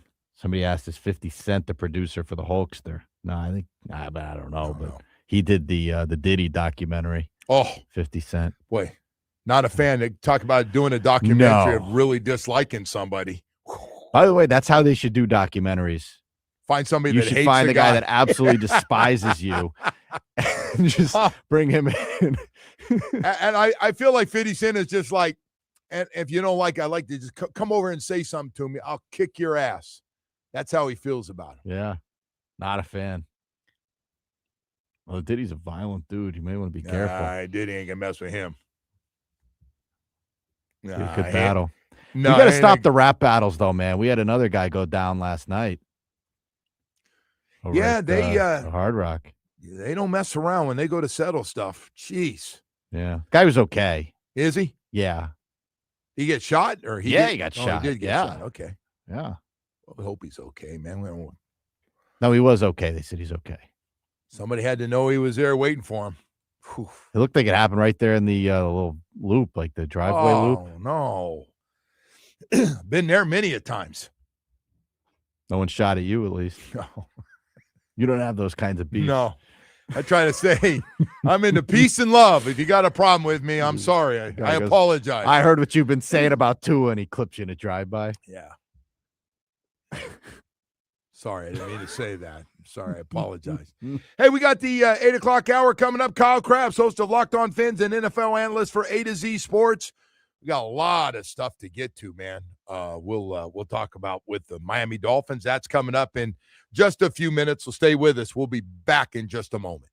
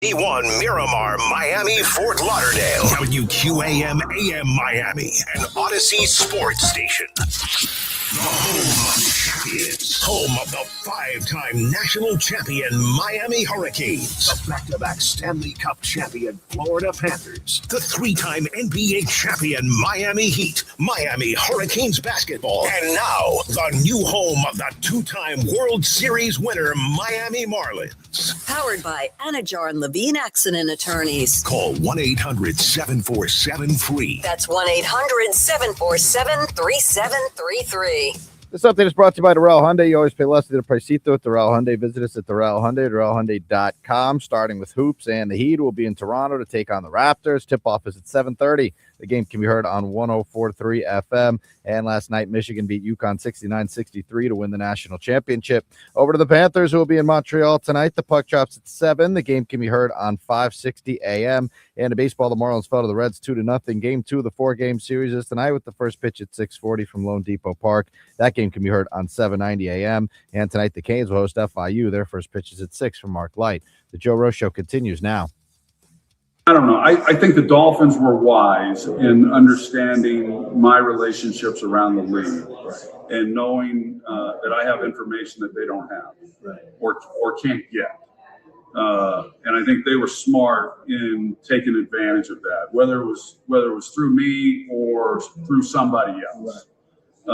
The Cowboys have never elected to do that, at least with me. You know, maybe they have with others, but no, I don't feel there's a conflict. But I will say I'm pulling for the Dolphins, and I know that because now I have something at stake, and I think they hired 2 really talented, wonderful people, and I think that's going to prove itself out. Now, 26 is going to be a tough season because of the cap that took a big hit when they let 2 go, but. Time will tell, but yeah, I'm pulling for them. I want to see them do well because I feel like my fingerprints are on it as well.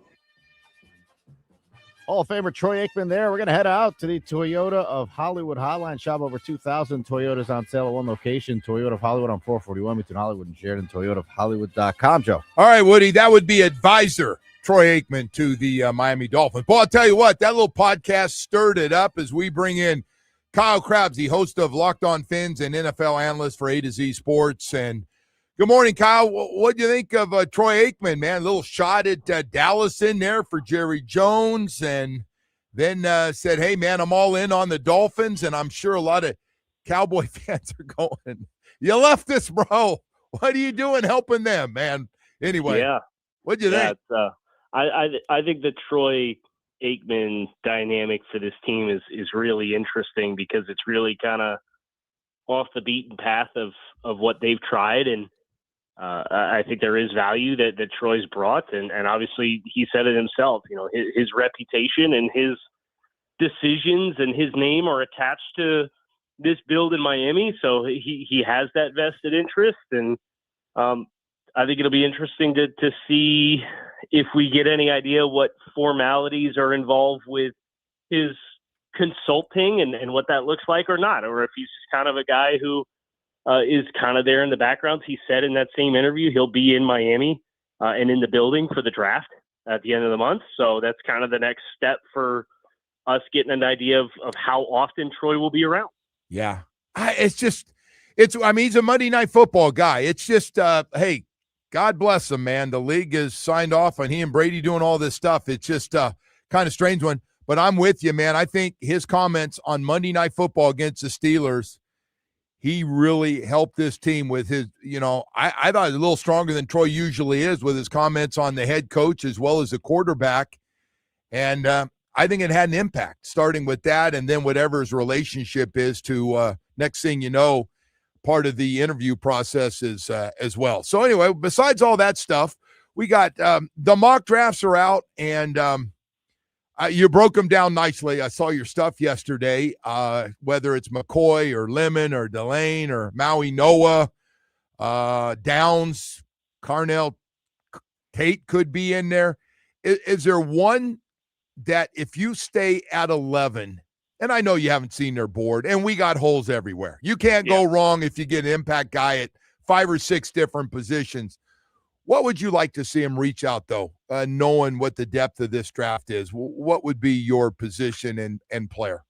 Yeah, if all things are equal and you're talking about players that are in similar buckets, so if you have a bunch of guys that are first-round grades and you don't have like an elite blue chip, unquestioned best player available, because I think if that guy's there and it's not Jeremiah Love, the running back from Notre Dame, I think you'd be well-served to take any blue chip player that they may determine, I just can't get there with running back, right?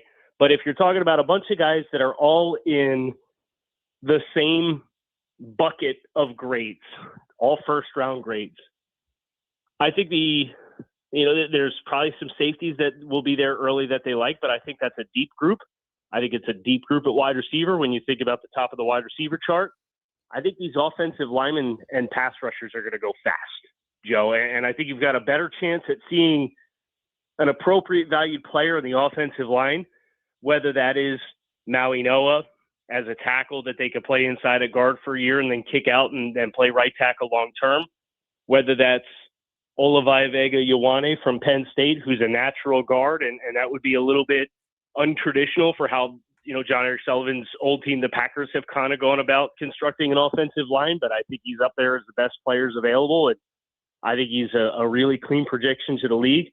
Or that could even be Spencer Fano, who's probably the best stylistic play style fit for what you would expect if they're going to continue to run such a heavy prominence of the outside zone and the outside run game. And he's cross-trained and done workouts at center, guard, and at tackle throughout the pre-draft process.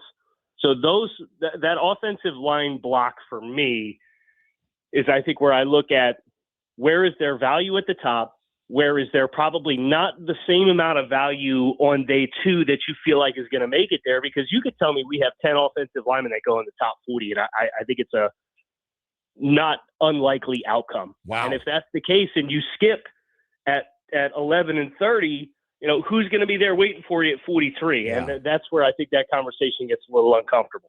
Yeah, that's a great point. So Jamari Sawyer, you see him as a starter on this team. You see him getting a start at right guard. Would you be surprised in September if he's the starting guard there?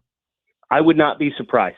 I think Jamari's had some really nice moments and stretches of play in his career. He's one of those guys that's kind of got the versatility is your best friend, but also your biggest enemy treatment in the league, where he kind of came in early and played left tackle and exceeded expectations as a mid-late day three guy. And then he's kind of pinballed all over the place and hasn't really been given a chance to settle into an individual spot for any extended period of time. And Dolphins fans know all about that with some of the guys that they've brought in and cross-trained. And, his versatility is great. We love having a guy, but his own individual development, I think, has probably slowed because of how much he's pinballed around. Now, if you tell him coming in, we're going to let you compete at guard, you're going to stay at guard, we're going to leave you at guard, maybe he makes the most of that opportunity and does win a competition for the starting right guard job. I wouldn't put it past him. Yeah. Hey, you wouldn't be surprised if they took in those first 6 or 7 picks 2 offensive linemen. That wouldn't surprise you, would it? No, I don't think so. I do think your conversation changes, in my opinion, when you get into the third round for offensive linemen, and that obviously your expectations, I think, dramatically dip, whether you're looking at a developmental guy who's big-time tools or maybe a guy that was a college tackle that you think is only a guard. I think those are the more likely kinds of offensive linemen that you would see your name called, where, hey, we draft this guy, I think he's got great tools, but maybe we don't expect him to start right away. But I do think when you look at the offensive line depth chart, I think they will have at least 2 rookies on the unit when it's all said and done, whether they keep 8 or they keep 10 on the 53 when we get to September.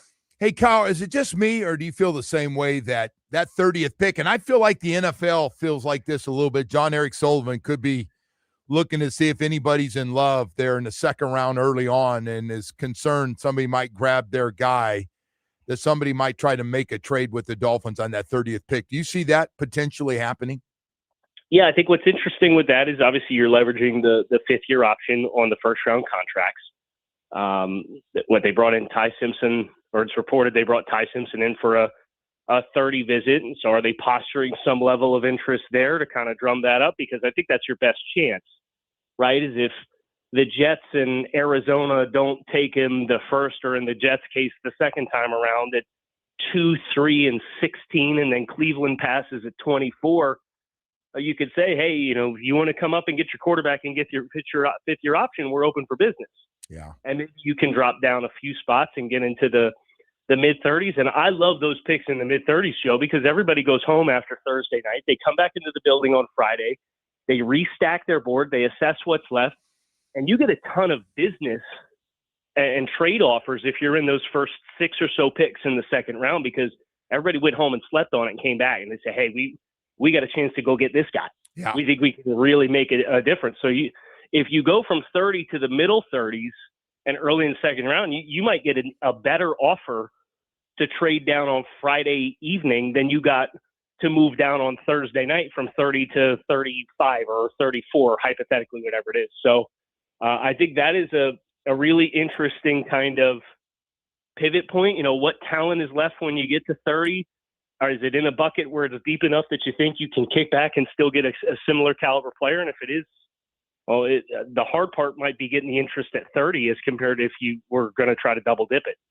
The other interesting one, and everybody's getting creative and talking about potential trades and what people would do. I saw the Chop Robinson to the Ravens and moving up to get their pick, and what'd you think of that? And it does make you. I know Coach Hafley's already said, hey, we're going to coach him up. We're really looking forward. He's got a great first step. He's super fast and learning more about him and all that stuff. Meanwhile, we're sitting here going, I didn't see much last year, and I think we have pretty good coaches.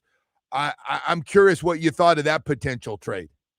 Yeah, it's that was from ESPN and Bill Barnwell, and it was pretty much a trade idea for all 32 spots. And I thought it was an interesting suggestion to package 30 and Chop Robinson and go up the board, which was what Barnwell had put together. And I think the overall outlook on Chop is, he didn't get a great glowing review from either of the leadership guys at the owners' meetings last week. And I think rightfully so, with what he's physically capable of being versus what we saw.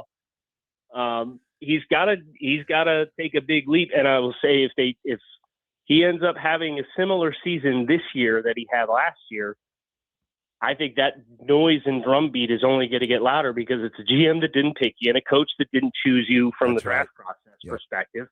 And, that you'd be going into your fourth and final year, or maybe you don't have a huge trade market, but I don't think he's got the kind of trade market that ESPN suggested that he did either. Because I'd do that'd be in a heartbeat. You'd say, okay, that drafted pass rush in the top 15 and call it a day. Yeah. But that was a pretty significant value that was assigned to Chop in that exercise from ESPN. So I don't think we really entertained the idea of moving Chop just because he's on a rookie contract and because they need all the pass rush they can get, as far as it's a pretty lean group right now. But crazier things have happened. So I wouldn't just be totally dismissive and say, hey, there's a 0% chance that this would never happen. Hey, I want to ask you about the free agents that they have signed, not named Malik Willis. Outside of those, which free agents you see potentially having the biggest impact in September with this team of the guys that they've signed or re-signed? Yeah, I think Joshua Uche's got a chance to be a really nice pass rusher for you. You continue to see flashes, and obviously he was buried a little bit in Philadelphia this past year, and they have a lot of early picks on the defensive line. So I think Uche's got a chance to be a really nice player. I would not dismiss Tolbert, the wide receiver. He's already getting some workouts and throwing sessions in with Malik Willis the past couple weeks. He was a nice player in Dallas in 2024. And then obviously CeeDee Lamb and George Pickens pair up, and you're not going to get a lot of targets in a wide receiver room with those two guys, right? I mean, that's an automatic 280 targets plus right there between two guys. So I think Tolbert can be a nice, not necessarily a one or anything like that, but I think he can be a nice productive player who can potentially build some chemistry with Malik Willis. So I think those are a few that come to mind. And then I would mention Sawyer if he wins the starting offensive line spot and they let him stay in one position. I could see him being at least a stable starter on a 1-year contract. See, and I was just going to add Tutu Atwell and Greg Dulcich to the group. I really liked Dulcich last year. I don't know where they stand on drafting. I know some people have him taking a tight end super high in this draft, but I really like those guys. And Tutu Atwell can do some of those things. He's really quick underneath, and it'd be interesting to see how they use him on the team. Yeah, I think Tutu, even if Tutu is just the field stretcher, the Z, who's running the vertical routes for spacing, you have to respect his speed, because if you don't, like that's where he's made some splash plays, is getting behind you because you don't take him seriously. And now you got a quarterback that can extend a little bit and hold on to the ball a little bit longer to make some plays happen, where if you don't play disciplined on the roof and he gets behind you, that can be a ticket for, I don't think he's a high yield like target guy, but I think he is a guy you feel him in the spacing of how teams play you coverage wise. And then Dulcich, I honestly didn't even think of him because he was on the team last year, but I think he's a great fit for a lot of the play action and the boot game. And you saw it last year where he'd run the slide and get out into the flat and be the first progression on their play action passing with the boot game. And you've got even more speed in the backfield now for that much more stress on the second level guys. I think he's a big catch and run guy. I think he's a great fit for the offense. And I would not be surprised if he's one of the leaders in the league in yards after catch amongst tight ends, because I think the fit and what I'm expecting the style of the offense to look like is going to be really good. Yeah, I think they really like him. They have come out and already said how much John Eric Sullivan's already talked about. Really looking forward to seeing what he can do for us off the work that he did last year. And you're right, his run after catch is really good, that he could be a 50-plus catch guy if he gets a full season in and make potentially a difference. How do you look? You heard Troy Aikman say, hey, everybody's going to have to calm down a little bit on this first year, though. We got to pay off some debt, as in dead money. What'd you think of that comment? I mean, he's right on it. I know we're talking about being competitive and trying to win games, but boy, to start with, and even your talent's got to grow and develop before it can be really good. It's not going to happen overnight. Oh, yeah. And I think everybody kind of understands that in the building, and everybody kind of knows what time it is. And I'm glad that's the case, because the worst thing you can be is lacking in self-awareness of where you're at. And, that's where teams, I think, get a little reckless. I think about the Giants, Brian Daboll's first year, they went 9-7-1 and did not have a particularly good roster. But then they kind of went crazy, and they spent in free agency, and they traded a top 100 pick for Darren Waller, and that didn't work out too well. And then Waller retired after the first season.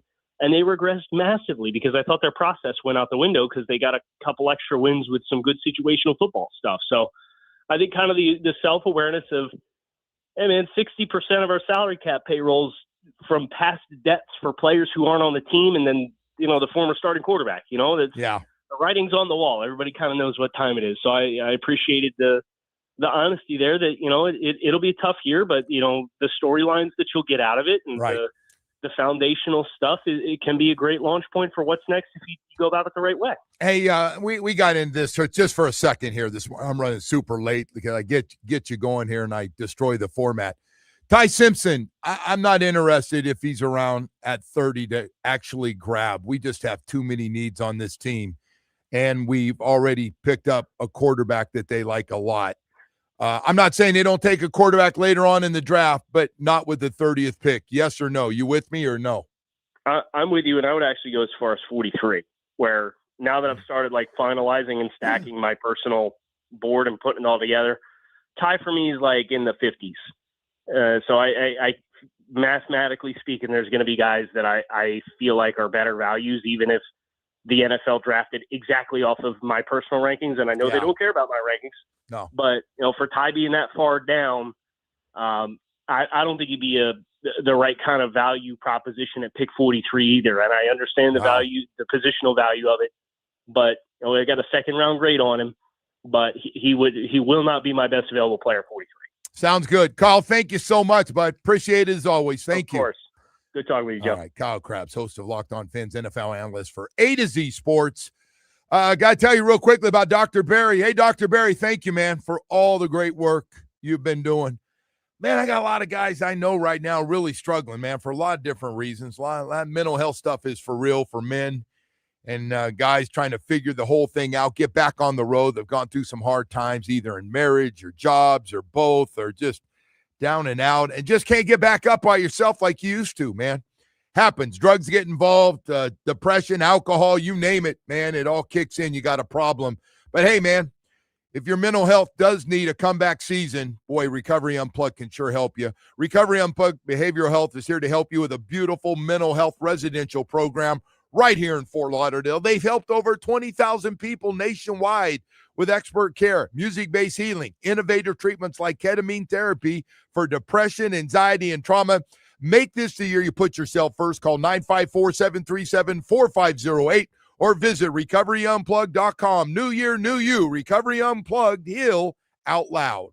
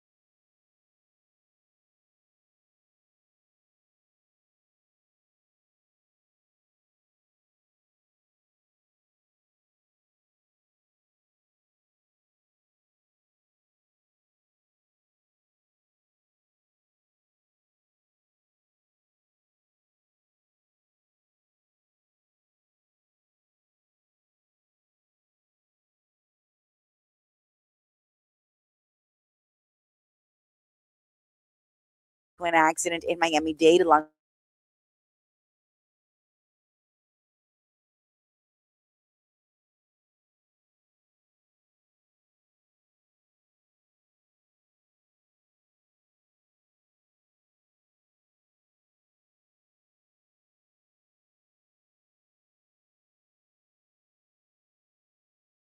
We will have tickets to give away in the 9 o'clock hour of the show today. I think Agassi's the only guy that's played in every one of these.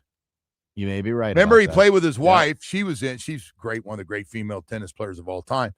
But yeah, Agassi's hung in there. McEnroe and those guys have all kind of bailed out on it. But Agassi goes, oh, heck no, man. I love pickleball, man. And great crowds out there. So we'll be giving those tickets away in the 9 o'clock hour for you if you're interested in going. You're a pickleballer and not only enjoy playing, but enjoy watching. So some of these players now that used to be great tennis players are playing for ranking and money, and it's crazy. Big sport. Very hard to watch on TV for me personally. Yeah. Well, what are the fringe sports do you enjoy watching? I know you like watching golf. Do you like watching bowling on TV? No. We talked about bowling earlier. I think bowling's fantastic. Oh, on TV. I do like it. At the end there when a guy's got to have, I bowling's do like great it. on TV. It's all right. Yeah, it's okay. It's a hell of a sport. Yeah. But pickleball doesn't do it for you. By the way, ESPN keeps pumping this thing up. I got to tell you, man, no, they are. Well, they're going to have it on. But the other one that's hard for me to watch is flag football. But flag football's not a sport. Well, it is. No, it's not. It's an interpretation of a. I got news for you. A lot of people, they're investing money in it. They think this thing's going to explode. But like flag football is like no longer going to be like, for the 5th grade private school down there for Johnny and the kids to go out and grab a flag. But it's a different way of playing a sport. It's like, remember they had that trampoline basketball league? It's kind of the same thing, right? You're taking a sport and playing it differently. Like flag football in and of itself is not a sport. No, flag football has been around forever. Yeah, but it's more of like, all right, just a translation of the game, right? We're going to switch it over to a little baseball. We got Clayton McCullough, Marlins manager, going to join us coming up. We'll talk to him as the Marlins go down 2-0 to Reds last night. Sandy Alcantara's on the mound tonight, and he has been on fire. He's been perfect. Got a complete game and back on the mound tonight. What did he throw? 93 pitches in that perfect game. So we'll talk to Skip coming up here. They got 3 more at the Reds. If you're heading out, Lone Depot Park the next 3 days, kids out of school, or you're just waiting for them to get out of school and take them to the game. You got them the next 3 nights. They got a lot of specials we'll be telling you about, too. Always got something cool going on it for you for a little added incentive to get out there. Plus, Marlins playing really well. Got some smoking hot hitters right now. We'll talk to Skip about all that stuff coming up here in just a few minutes for some baseball. But first, before we do, I got to take a moment to tell you about Michael Kotze at Choice Mortgage. Man, this man can get you approved quickly, whatever the reason. Debt consolidation's a big one right now, man. You need cash. The HOA costs are going up. The insurance is rising. Everything has gotten upside down for you. You're stressed out. Maybe you need a reverse mortgage, more popular than ever. If you or your spouse are 62 or older, you qualify. All that equity in your home, you could use it right now to pay off some debt. Hey, Michael Kotze can help you. And by the way, get away from those credit card debt of 17, 18, 19% a month. What are you doing? Michael Kotze save you money right there, right away, get you approved. Half the time the big banks can. That's what Michael Kotze's all about, man. I'm telling you right now, you need a mortgage for whatever the reason. First-time home buyer programs with little money down. He's got that for you. And again, helping so many people. They can also help you list your home for sale and take care of that for you. Everything right across the board, 30 years of experience and ready to help you. Michael Kotze at Choice Mortgage. The man has no life. He's always working for you 7 days a week. Call or text him 561-441-2730. That's 561-441-2730. MLS 166254. Rates and terms subject to change. Daily without notice. He's an equal housing lender. Go to Google reviews on the web. Choice Mortgage Reviews saying a lot of nice things about Michael Kotze at Choice Mortgage. WQA.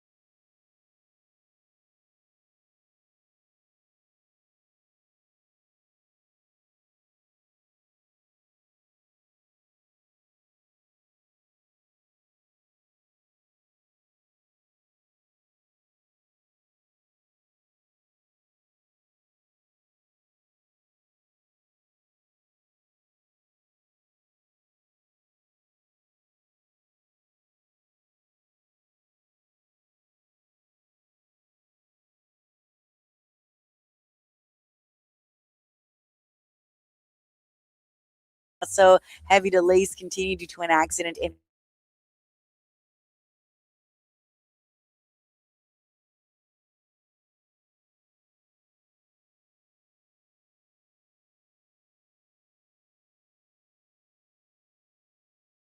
Toyota of Hollywood Hotline Shop, over 2,000 Toyotas on sale. One location, Toyota of Hollywood on 441 in Hollywood and Sheridan, ToyotaofHollywood.com, Joe. All right, Woody, thank you so much. And nice enough to join us is the Marlins manager, Clayton McCullough. Clayton, how you doing this morning? Joe, good morning. I'm doing great, thank you. Hey, man, I got to tell you, I'm going to forget last night's game, although you were in it right to the end, 2-0 loss to the Reds.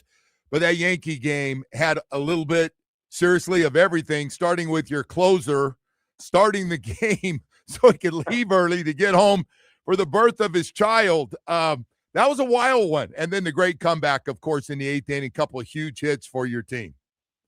It really was. It had a little bit of everything.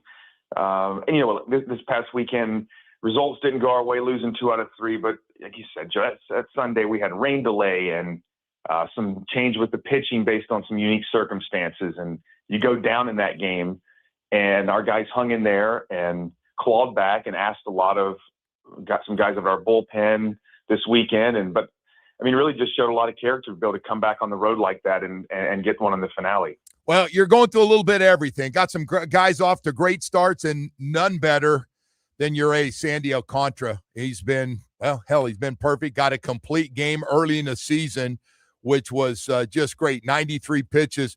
What's been different about him? I know he's further away from the Tommy John surgery, but what's impressed you the most about what he's been able to do?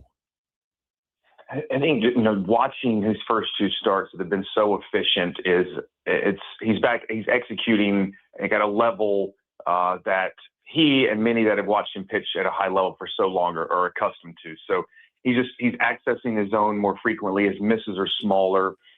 He's done a good job of the last year, really kind of reshaping his arsenal. He's added a different breaking ball. He's using the curveball now to go along with the sinker, changeup, occasionally throwing some four seamers at the top. So it's great when a very successful athlete continues to look to get better, and he's done that, I think, with adding to his pitch mix, and we're just seeing the execution at such an elite level. You've had some guys on fire. Xavier Edwards thought he was playing softball slow pitch there for a while, man. The way he's been hitting. Otto Lopez, couple of hits again last night. Liam Hicks left for New York, is the leading RBI man in baseball. Things happen. You just never know, right? Coming out of spring of what's going to happen. But the start of those 3 guys and just how good they've been.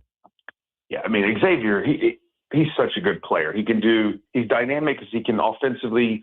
He's off to a great start. He's hitting well from both sides, moving the ball around the field. That's when he's at his best, slashing line drives. And he's impacted the ball at the start of this year, I feel like, a little differently than last year. And you have Otto, those 2 guys in the middle of the field, not only what they've done with the bat so far, defensively, they're very steady. They run the bases well. I love Otto, and coming into this year, Joe, really felt like he was a player on our team. If I had to think, man, this guy could really take a step offensively, and was him. And glad he's off to a nice start. He's got to continue to control the strike zone, but Otto's a good player, and our man Liam, wow. It's a great story. This guy was in Double-A before the start of last year, and as the year went along last year, I think what we felt he was going to be very strong with, he showed it. He walks, he makes contact. And this offseason, he really physically changed himself. He's doing some bat speed training that has helped some of the impact. He barrels the ball, and now they're turning into, instead of a fly out to right field, it's a homer. And I still think he hasn't swung and missed at a pitch in zone this year. Wow. So it shows just like it's a really good hitter that we feel like, had a lot of room to get better, and through some hard work, he's just altering his offensive profile a little bit. So, we talked about the guys that have really gotten off to a great start. And they have Jacob Marcy, who's off to a slow start, although he hit a couple of hard baseballs last night. He hit them right on the square of the bat there. Hit one to, I think, center field and right field last night. So what do you tell a guy? He's not getting the results. I'm sure as a young guy, he's not expecting to be hitting 100 here early in the season. What do you tell a guy like that, and how do you treat it? you tell them and you hope they just believe in like what you're doing and the way you're going about your at bats. The results are going to start to follow. He has a couple lineouts last night. I could think of a couple this weekend in New York, very similarly. So you have to just continue to go because he's still walking.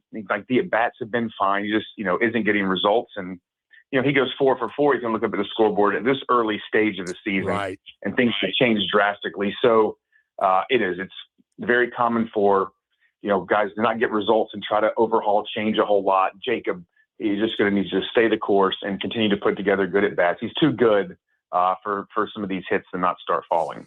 Hey, Clayton, so coming out of the Yankees series, I see the comments from Yankees pitcher Carlos Rodon, and talking about you guys. He's not a big fan of it, the dugout-driven pitch calling, your coach calling the pitches for the catcher, and that you and the Rock, I didn't even realize this. I knew you were calling it.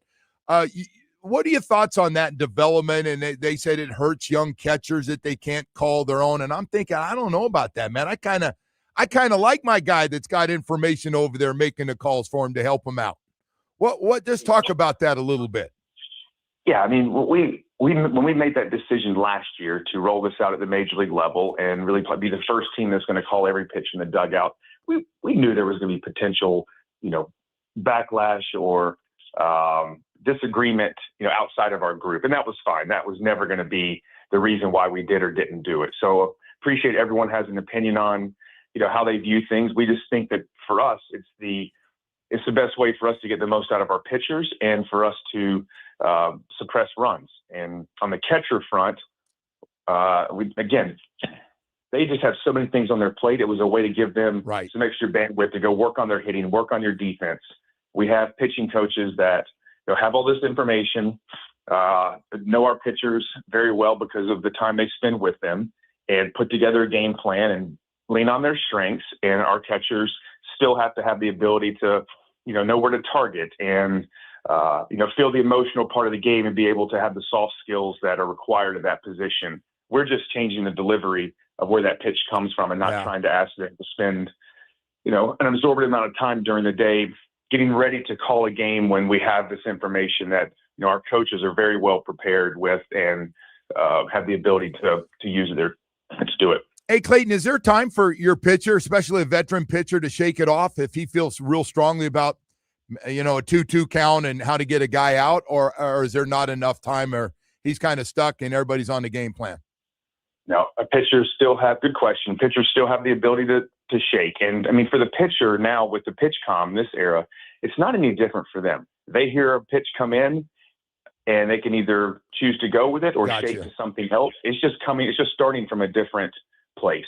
Yeah, it's very interesting. I thought it was great. And it wasn't a start controversy with you. I was just curious to find out only the Marlins and Rockies. I thought there'd be more guys for young catchers trying to help them out. As you said, you got a lot on your plate and doing different things. So I got to ask you about the ball strike home plate challenge so far. I'm just curious here through the first couple of weeks of baseball. What are your thoughts? I've enjoyed it. I really have. The moments in the games, I think the fans have, the times that, it's gone on. I think it's had, sometimes it feels like it has a direct impact on a moment that, changes a count, whether, in your favor or not. And so I think it's been great, Joe. It really has. I think it's, something that now I bet it won't take very long for all of us just to see it as the new normal.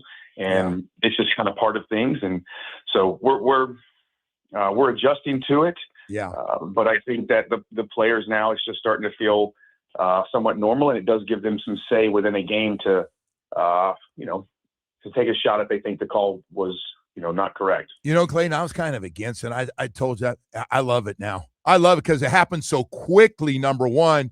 And when they do miss, those umpires don't miss by an inch or two, or it's just touching the line. It's just it's actually fun to see, man. It is. I love it. It tells you how good the umpires, although they're obviously keeping track of the guys that are missing the calls the most. But it's fun to watch. I'm with you. I'm glad you like it a lot. And I'm so glad baseball been able to add these things, and whether it's the pitchers speeding up, it's all been good in my opinion. Do you agree with it so far? Some of the things commissioners put in have been good. I do. I feel like, and most of them at the time are met with quite a bit of skepticism. But wow, the game, I couldn't imagine going back to having a game without the pitch clock. Yeah. Now it has such a better rhythm to it. It really has. It's helped keep the game moving. And this ABS, you said, we're finding these umpires, they're really good. And you miss a ball by less than an inch. I mean, that's right. Yeah. So it's it's like it's so close. It's such a small margin. But I enjoy the change. I think baseball has continued to try to make our game more interesting for the fans, and I'm all for it. Yeah, and having Sandy on the mound tonight is going to be great. I can't watch. Anybody who wants to go out the game, watch. He is just off to such a great start. The guy never changes, man, and he seems like no matter what's going on, he's a leader. Like he wants to be here, and he wants to pitch well, and he doesn't get stressed out about what everybody's yapping about he doesn't hear the outside noise, or at least he doesn't let it bother him. Pretty amazing guy, huh? He really is, and such a pro he is. He's just steady.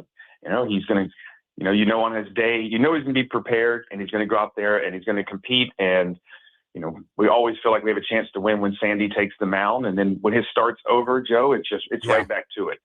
In the weight room, in the training room.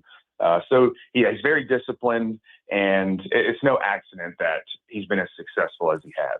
Clayton, man, it's been great, and had a chance in an extra one in New York, but the fact is you guys had a nice comeback in that game, and I can't wait for these next three, starting with Sandy tonight. I really appreciate it.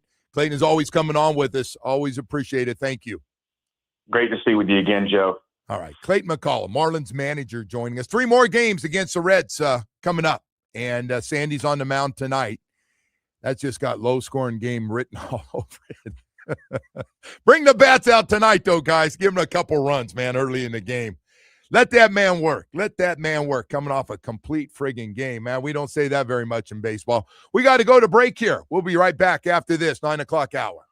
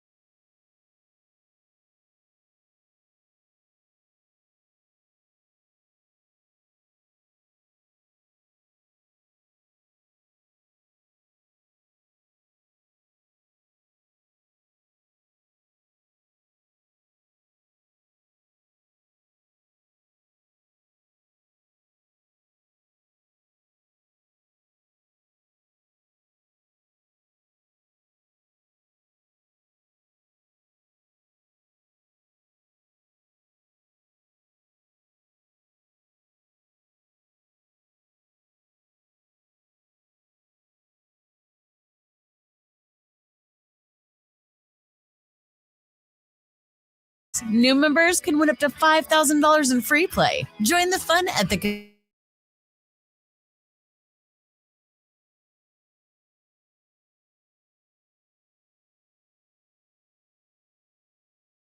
An Odyssey Sports Station. The home of champions. Home of the 5-time national champion Miami Hurricanes. The back-to-back Stanley Cup champion Florida Panthers. The 3-time NBA champion Miami Heat. Miami Hurricanes basketball. And now, the new home of the 2-time World Series winner Miami Marlins. Powered by Anajar and Levine Accident Attorneys. Call 1-800-747-FREE. That's 1-800-747-3733.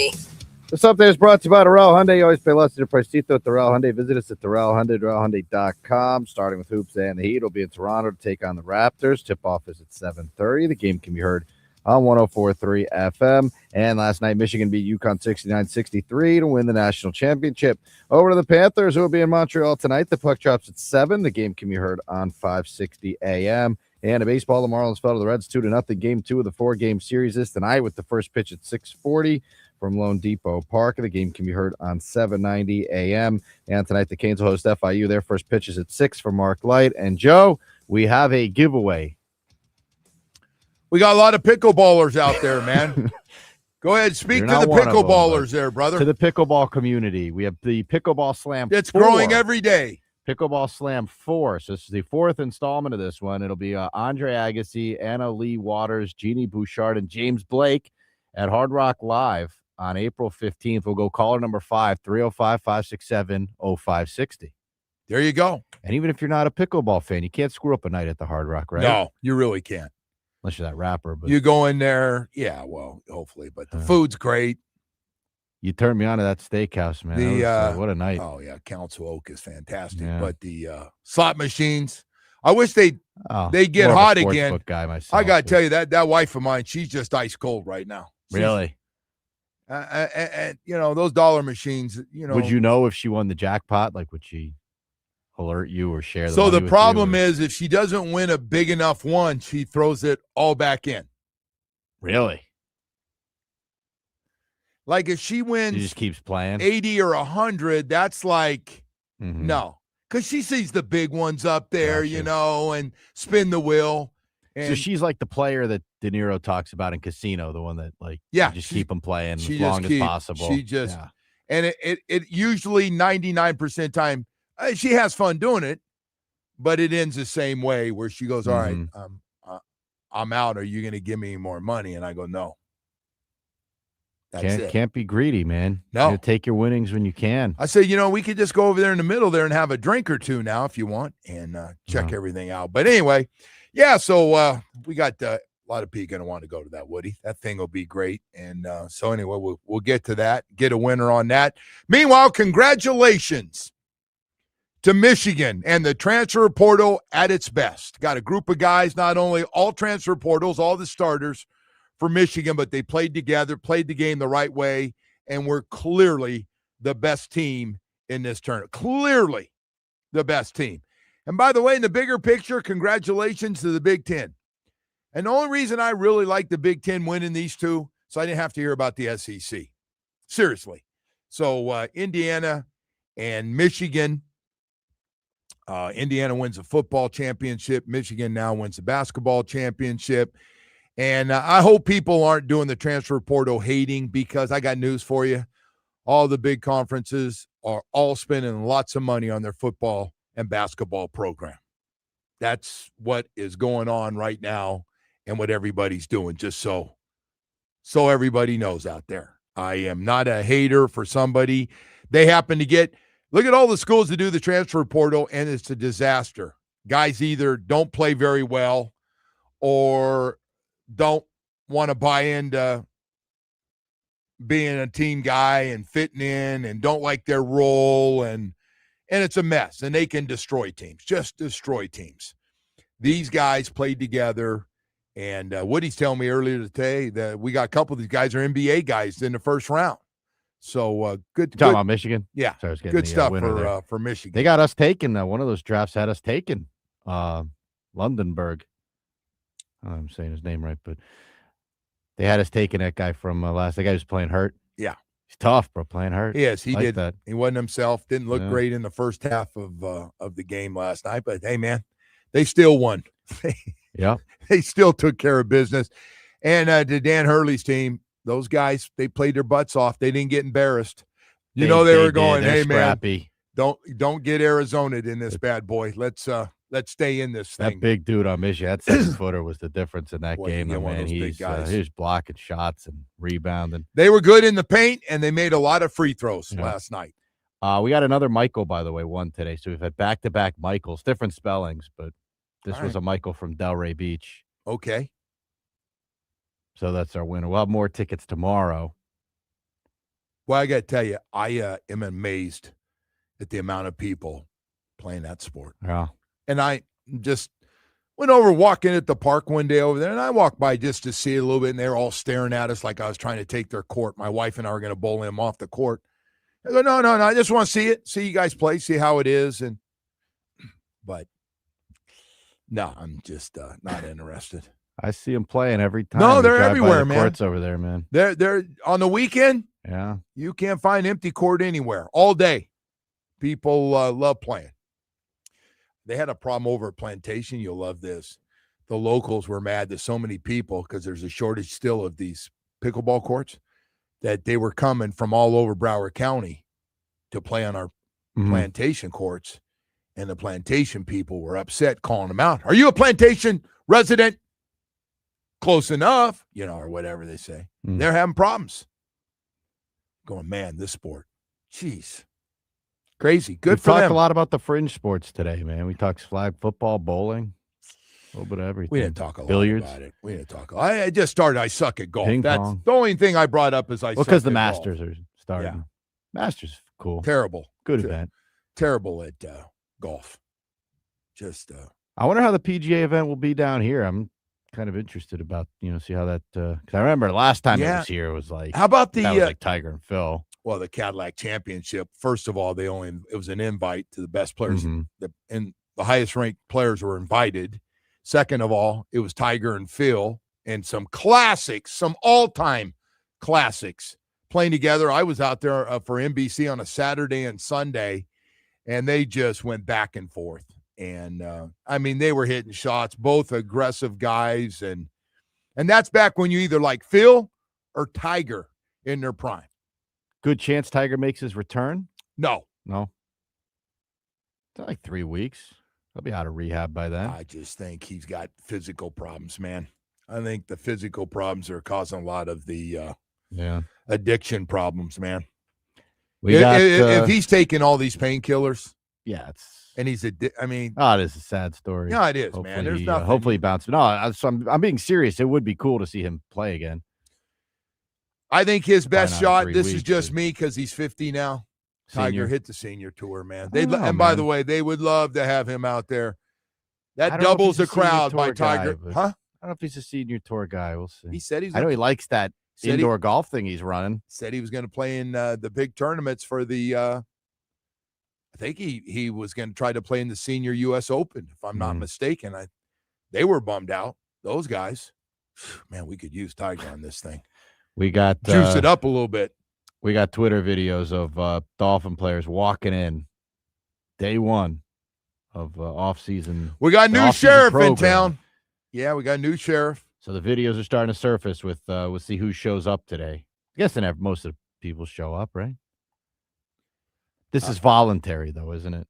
I would guess that all of the guys, even the veterans who won new contracts, to everybody else is going to be there. By now, if you want to be traded, you've made it clear you want to be traded, right? That's taken place because around the draft and stuff. But the guys that are showing up want to be there. They want new contracts. There's no question they want new contracts. And so I'm guessing the team says, hey, we're working on something for you to see if it's doable. Hey, man, you got to keep Aaron Brewer. The center's crucial with a new quarterback. You got to keep him. I think all the guys here, the guys that are still on this roster, they want to keep. And if they can extend their contracts, they will. I don't know, man. I don't know if it's completely said and done. I got to see the H-hand deal to believe it. See it when I believe it. Believe it when I see it. But, man, it's first day back out there. He'll meet his new team. It's just going to be so different, man. Got a lot of new faces, but after all the stuff that's been said about Mike, oh, my God. Huh? The one yesterday or the day before got me a little bit. I have something else I wanted to say too, but about players putting their hands on coaches. Now I took that was Ramsey and the head coach. Remember the head coach all of a sudden goes, he can't be here. He's got to go.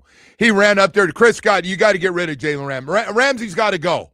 And remember that? It was just like all of a sudden you put up with all this stuff from Ramsey complaining about wanting to do this and that, and this guy should play, and Vic Fangio not having any of it. Like, no, hell no. You'll play the way I want you to play. That's it. And I always felt like Mike had Jalen Ramsey's back instead of maybe Vic Fangio's back. That's kind of right. Vic was here one year, and he goes, I got to get out of here. I don't want to be here. And I think a lot of it goes back to Jalen Ramsey. I do. Strong personality, really good player at first, but something happened between he and Mike where he just said, get him out of here. He's got to go. I don't know if he did in front. You know, you can't touch coaches, man. You just can't. I mean, you can goof around with them and walk up behind them and, man hug them or something, but you can't in a physical way. If that's what happened, Raheem Mostert said happened, that's a bad look. He is such a bum, by the way, that Jalen Ramsey. Talk about toxic people. Yeah, he ended up being a different level. He did. He makes Jimmy Butler look like a good dude. Right? He's just a hired. He was the same one Jalen Ramsey put out a picture of like all of his kids flipping off the camera, right? Yes. Yeah, I didn't think that was so funny. No, that wasn't funny. He's nothing but a hired gun, man. He just comes in and says, hey, I'm here to play, and I hope we have a good team.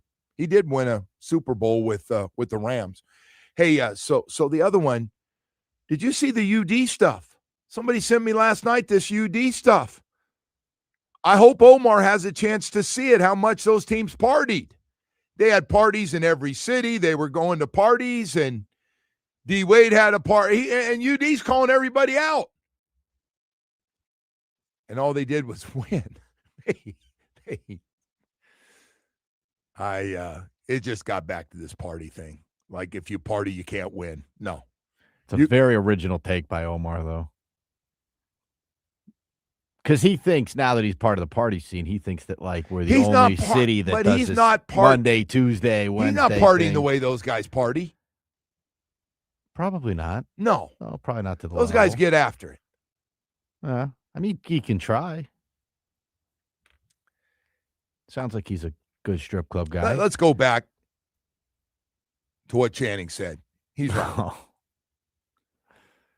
It's about players. No matter what their background is. Christian fellowship, Christian guys are trying to keep the guys out of the club. All I know is a lot of our best players hit it pretty hard. And I know it's a different time. You're talking about your guys? But you guys played well. Yes. But your stories are pretty wild. Well, I wasn't even the wildest guy on the team. When you tell me that, that's like scary to think of. We had some guys that get after it now. Did I ever tell you one night we had that's too late. I'm not going to this story. I was going to get. Can we discuss it during the break and see if maybe? All right, we'll see if it. I don't know which story this is, but because everybody will like it, but it might have. I'll see if I can egg you on. I got to see if it's going to. I'll tell you it's okay. Might affect the first family stuff, so I got to be careful on that. Let's see what I can do. I wish I could. I will just tell you one night things were really bad with the Wild guys, and I came home and 6 or 7 of the wives were having a bitch fest party about all of our guys. And it was during the season. So I come home and I'm like, you guys have nothing better to do, sit here and rip your husbands while I'm here? Seriously? I said, you guys need to get out of here. And It was bad. It was bad. I'm just going to leave it at that. It was bad, and I had to report the next day what was going on, and it wasn't good for some of the guys. I had to give the report in the name of the fraternity. Atlantic Men's Clinic, boy, what a fraternity they have, man. ED and low T, that's what they deal with. Man, if your energy level's not where it needs to be and your sex drive is gone, I want to let you know Atlantic Men's Clinic is here to knock it out real quickly. Now, listen, I know a lot of guys don't want to be honest. Guys don't mind talking about low T. They know that's part of life, but ED's one. I still have guys in denial. You can be in denial all you want, but sooner or later, it hits every man, not just your energy level, but your sex drive will be gone. It might be hit and miss right now. You may be getting a little help from the pill, but sooner or later, it will be gone. And if it bothers you like it bothered me 2 years ago, I went to Atlantic Men's Clinic. I set up that first appointment. I'm so glad I did. And I didn't want to go to the meeting. I walked in, I go, I don't want to be here, but I want to hear what you have to say. And they did the testing, the PSA test. Their professionals were there, and they met with me and went over everything, explained everything I was going through, and explained to every man out there is going to have it happen to him. 50% of the men have ED. 50% of men over 50 years of age have ED. Oh, my God. It's not just me. Made me feel better, man. I mean, my sex drive was gone. Nothing happening. I was running to bed early to fall asleep. Oh, man, I got to tell you, it was tough to go through that. And if you're going through it, you don't have to. You can stop by Atlantic Men's Clinic, professional. They do it the right way. They do that testing. They've got 7 locations in South Florida to serve you, a brand new one in Hollywood. 877-455-7300. Please set up that first appointment. Atlantic Men's Clinic is going to knock out ED and low T super fast. Visit AtlanticMen'sClinic.com. I can't say it enough. The program works. They are unbelievable. Big game for the Heat tonight as they look to move up in the playoff race. They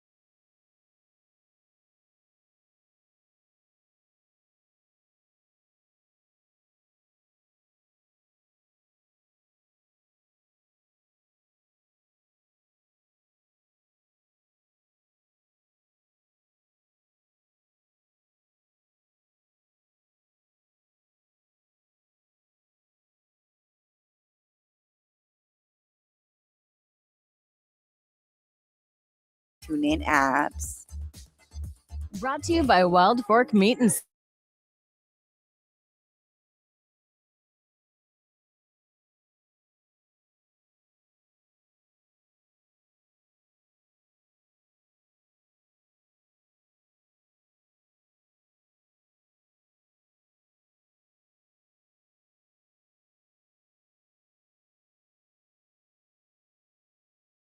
Welcome, ladies and gentlemen, to the eighth wonder of the world. All right, welcome back, and good morning to everybody on this, what has turned out to be a rainy day. Damn it. Mall walking, man. Mall walking coming up. Got to stay active. You in the market for anything? When you go out there? What's your go-to store at Sawgrass? I don't have one. You don't have like the Nike? Dick's Sporting Good. Yeah? Yeah. You're a Dick guy? Dick's guy? I'm a Dick's guy. Yeah. Yeah, Dick's All Sporting right. Good. Speaking of which, such a jerk. I'm sorry. I gotta tell. I am honestly, my head is throbbing. This dude was like, he must have bathed in Michael Jordan cologne. You know that cologne you used to wear in middle school that just like it kills all the bugs Old around Spice. you. Oh my Brute. goodness. I had a guy in college who was with me, like put a half a bottle of Brute on in the morning, and my dad used to overdose on Old Spice. Yeah, you see all the flies Well, dying just around. tell you, the Old Spice, the old original, man. Everybody remembers their dad's original smell. Yeah. I don't know, man. And those guys always it's the same guys. They just put too much on. Yeah. He's one of them. It was overwhelming. Anyway, this weather report is brought to you by Tornado Roofing and Contracting, helping keep your home and family safe when the storms roll in. Visit tornadoroofing.com for your free roof and window estimate. And I'm seeing all of our local weather people reporting that flooding is possible. So, jeez, stay safe out you couldn't there. just say rain. We got a little bit of rain today. It's flooding could be here. Oh, well, what's man. the rule? Like, if you can't see the ground, don't drive through it. Is that what they say? Listen, you know how this works. At 6 o'clock in the 5 o'clock news tonight, they go to the same places every year, the flood, in the different parts of the cities in Fort Lauderdale. And they stand there. They put the boots on. Yeah. It goes up about 8 to 10 inches, and and somebody will be in a boat behind them, right? In one of those little, like, pushing them across in the water, how bad it is. Can't we do something to help those people in the flood zones? I don't know. Build They a say they're going to drain fix or it every something. year, and then they go to residents who are getting a little flooding. They're going, they say they're going to fix this every year. They never do. Yeah. I think Where's my commissioner when I need him? they're tied up building that bridge, that thing near downtown with those weird arches. Yeah. That thing is struggling, to say the least. You see all that, like the lawsuits and they didn't build it right, and You don't all kinds of stuff. You don't like those. No, you don't No. like those. The people have to pay for that. Usually takes a few tries to nail those. Hey, Woody, man, we've been all over the board today and got a lot of stuff going on here. We're this Thursday, 2 weeks away from the 2 weeks from this Thursday, 2 weeks away from the National Football League NFL draft. April 23rd, first round that Thursday night. And it's big numbers. They've turned that into a big, big event for 3 days. Where is it? In Pittsburgh? Is that we said it was in Pittsburgh this year, right? I think you're correct, yes. Yeah. By the way, if you need your football fix this morning, the Dolphins on Twitter, they got all the players walking through the door. Yeah. If that does anything for you. Get a little. Malik Willis has arrived. Well, that's the only guy really matters right now because he's got to throw it. He's going to run it. He's going to do everything. That's the only guy that matters. He's important. Yeah. Hello, Malik Willis. Go get him, my man. Hopefully he give you 5 guys that can block for you up front, even maybe a 6th guy, and it gets you a couple of weapons to go with the running game to see what happens. But he did show up, so that's always He's going to be the first one there. You don't have – everybody else tell you don't have to worry about Malik Willis. Quality guy. So you were right, by the way. The draft is at in Pittsburgh. It's in D.C. the following year, so those are the next All two right. that you got here. Hey, Woody, speaking of Malik Willis and the Miami Dolphins and mock drafts and what the Miami Dolphins might do in the first round, Kyle Krabs, host of Locked On Fins and NFL analyst for A to Z Sports, going to join us coming up. But first, real quickly, I do want to take a moment to tell you about your South Florida Chevy dealers this morning. Hey, man, the truck family has never looked better. Yeah, but this is as good as it gets. I like to call it our cleanup hitters when you talk about a Silverado and Colorado trucks. we got a truck absolutely perfect for you. Maybe it's a Silverado 1500 with all the power you could want. Maybe it's a Silverado HD. Whatever it is, man, we got a truck absolutely perfect for your lifestyle, whether it's working 7 days a week and something as durable as you are, to still being able to get around in all the toys on the weekend, the wave runners, and the boat, everything else you're towing around for you and your family to enjoy your weekends here in South Florida. We got a Colorado and Silverado truck absolutely perfect for you. Hey, check out the SUV family, not bad either. And that super sexy Corvette, man, we got something for everybody. 14 dealerships throughout South Florida. Take a test drive and fall in love at your South Florida Chevy dealer. The Joe Rose Show is presented by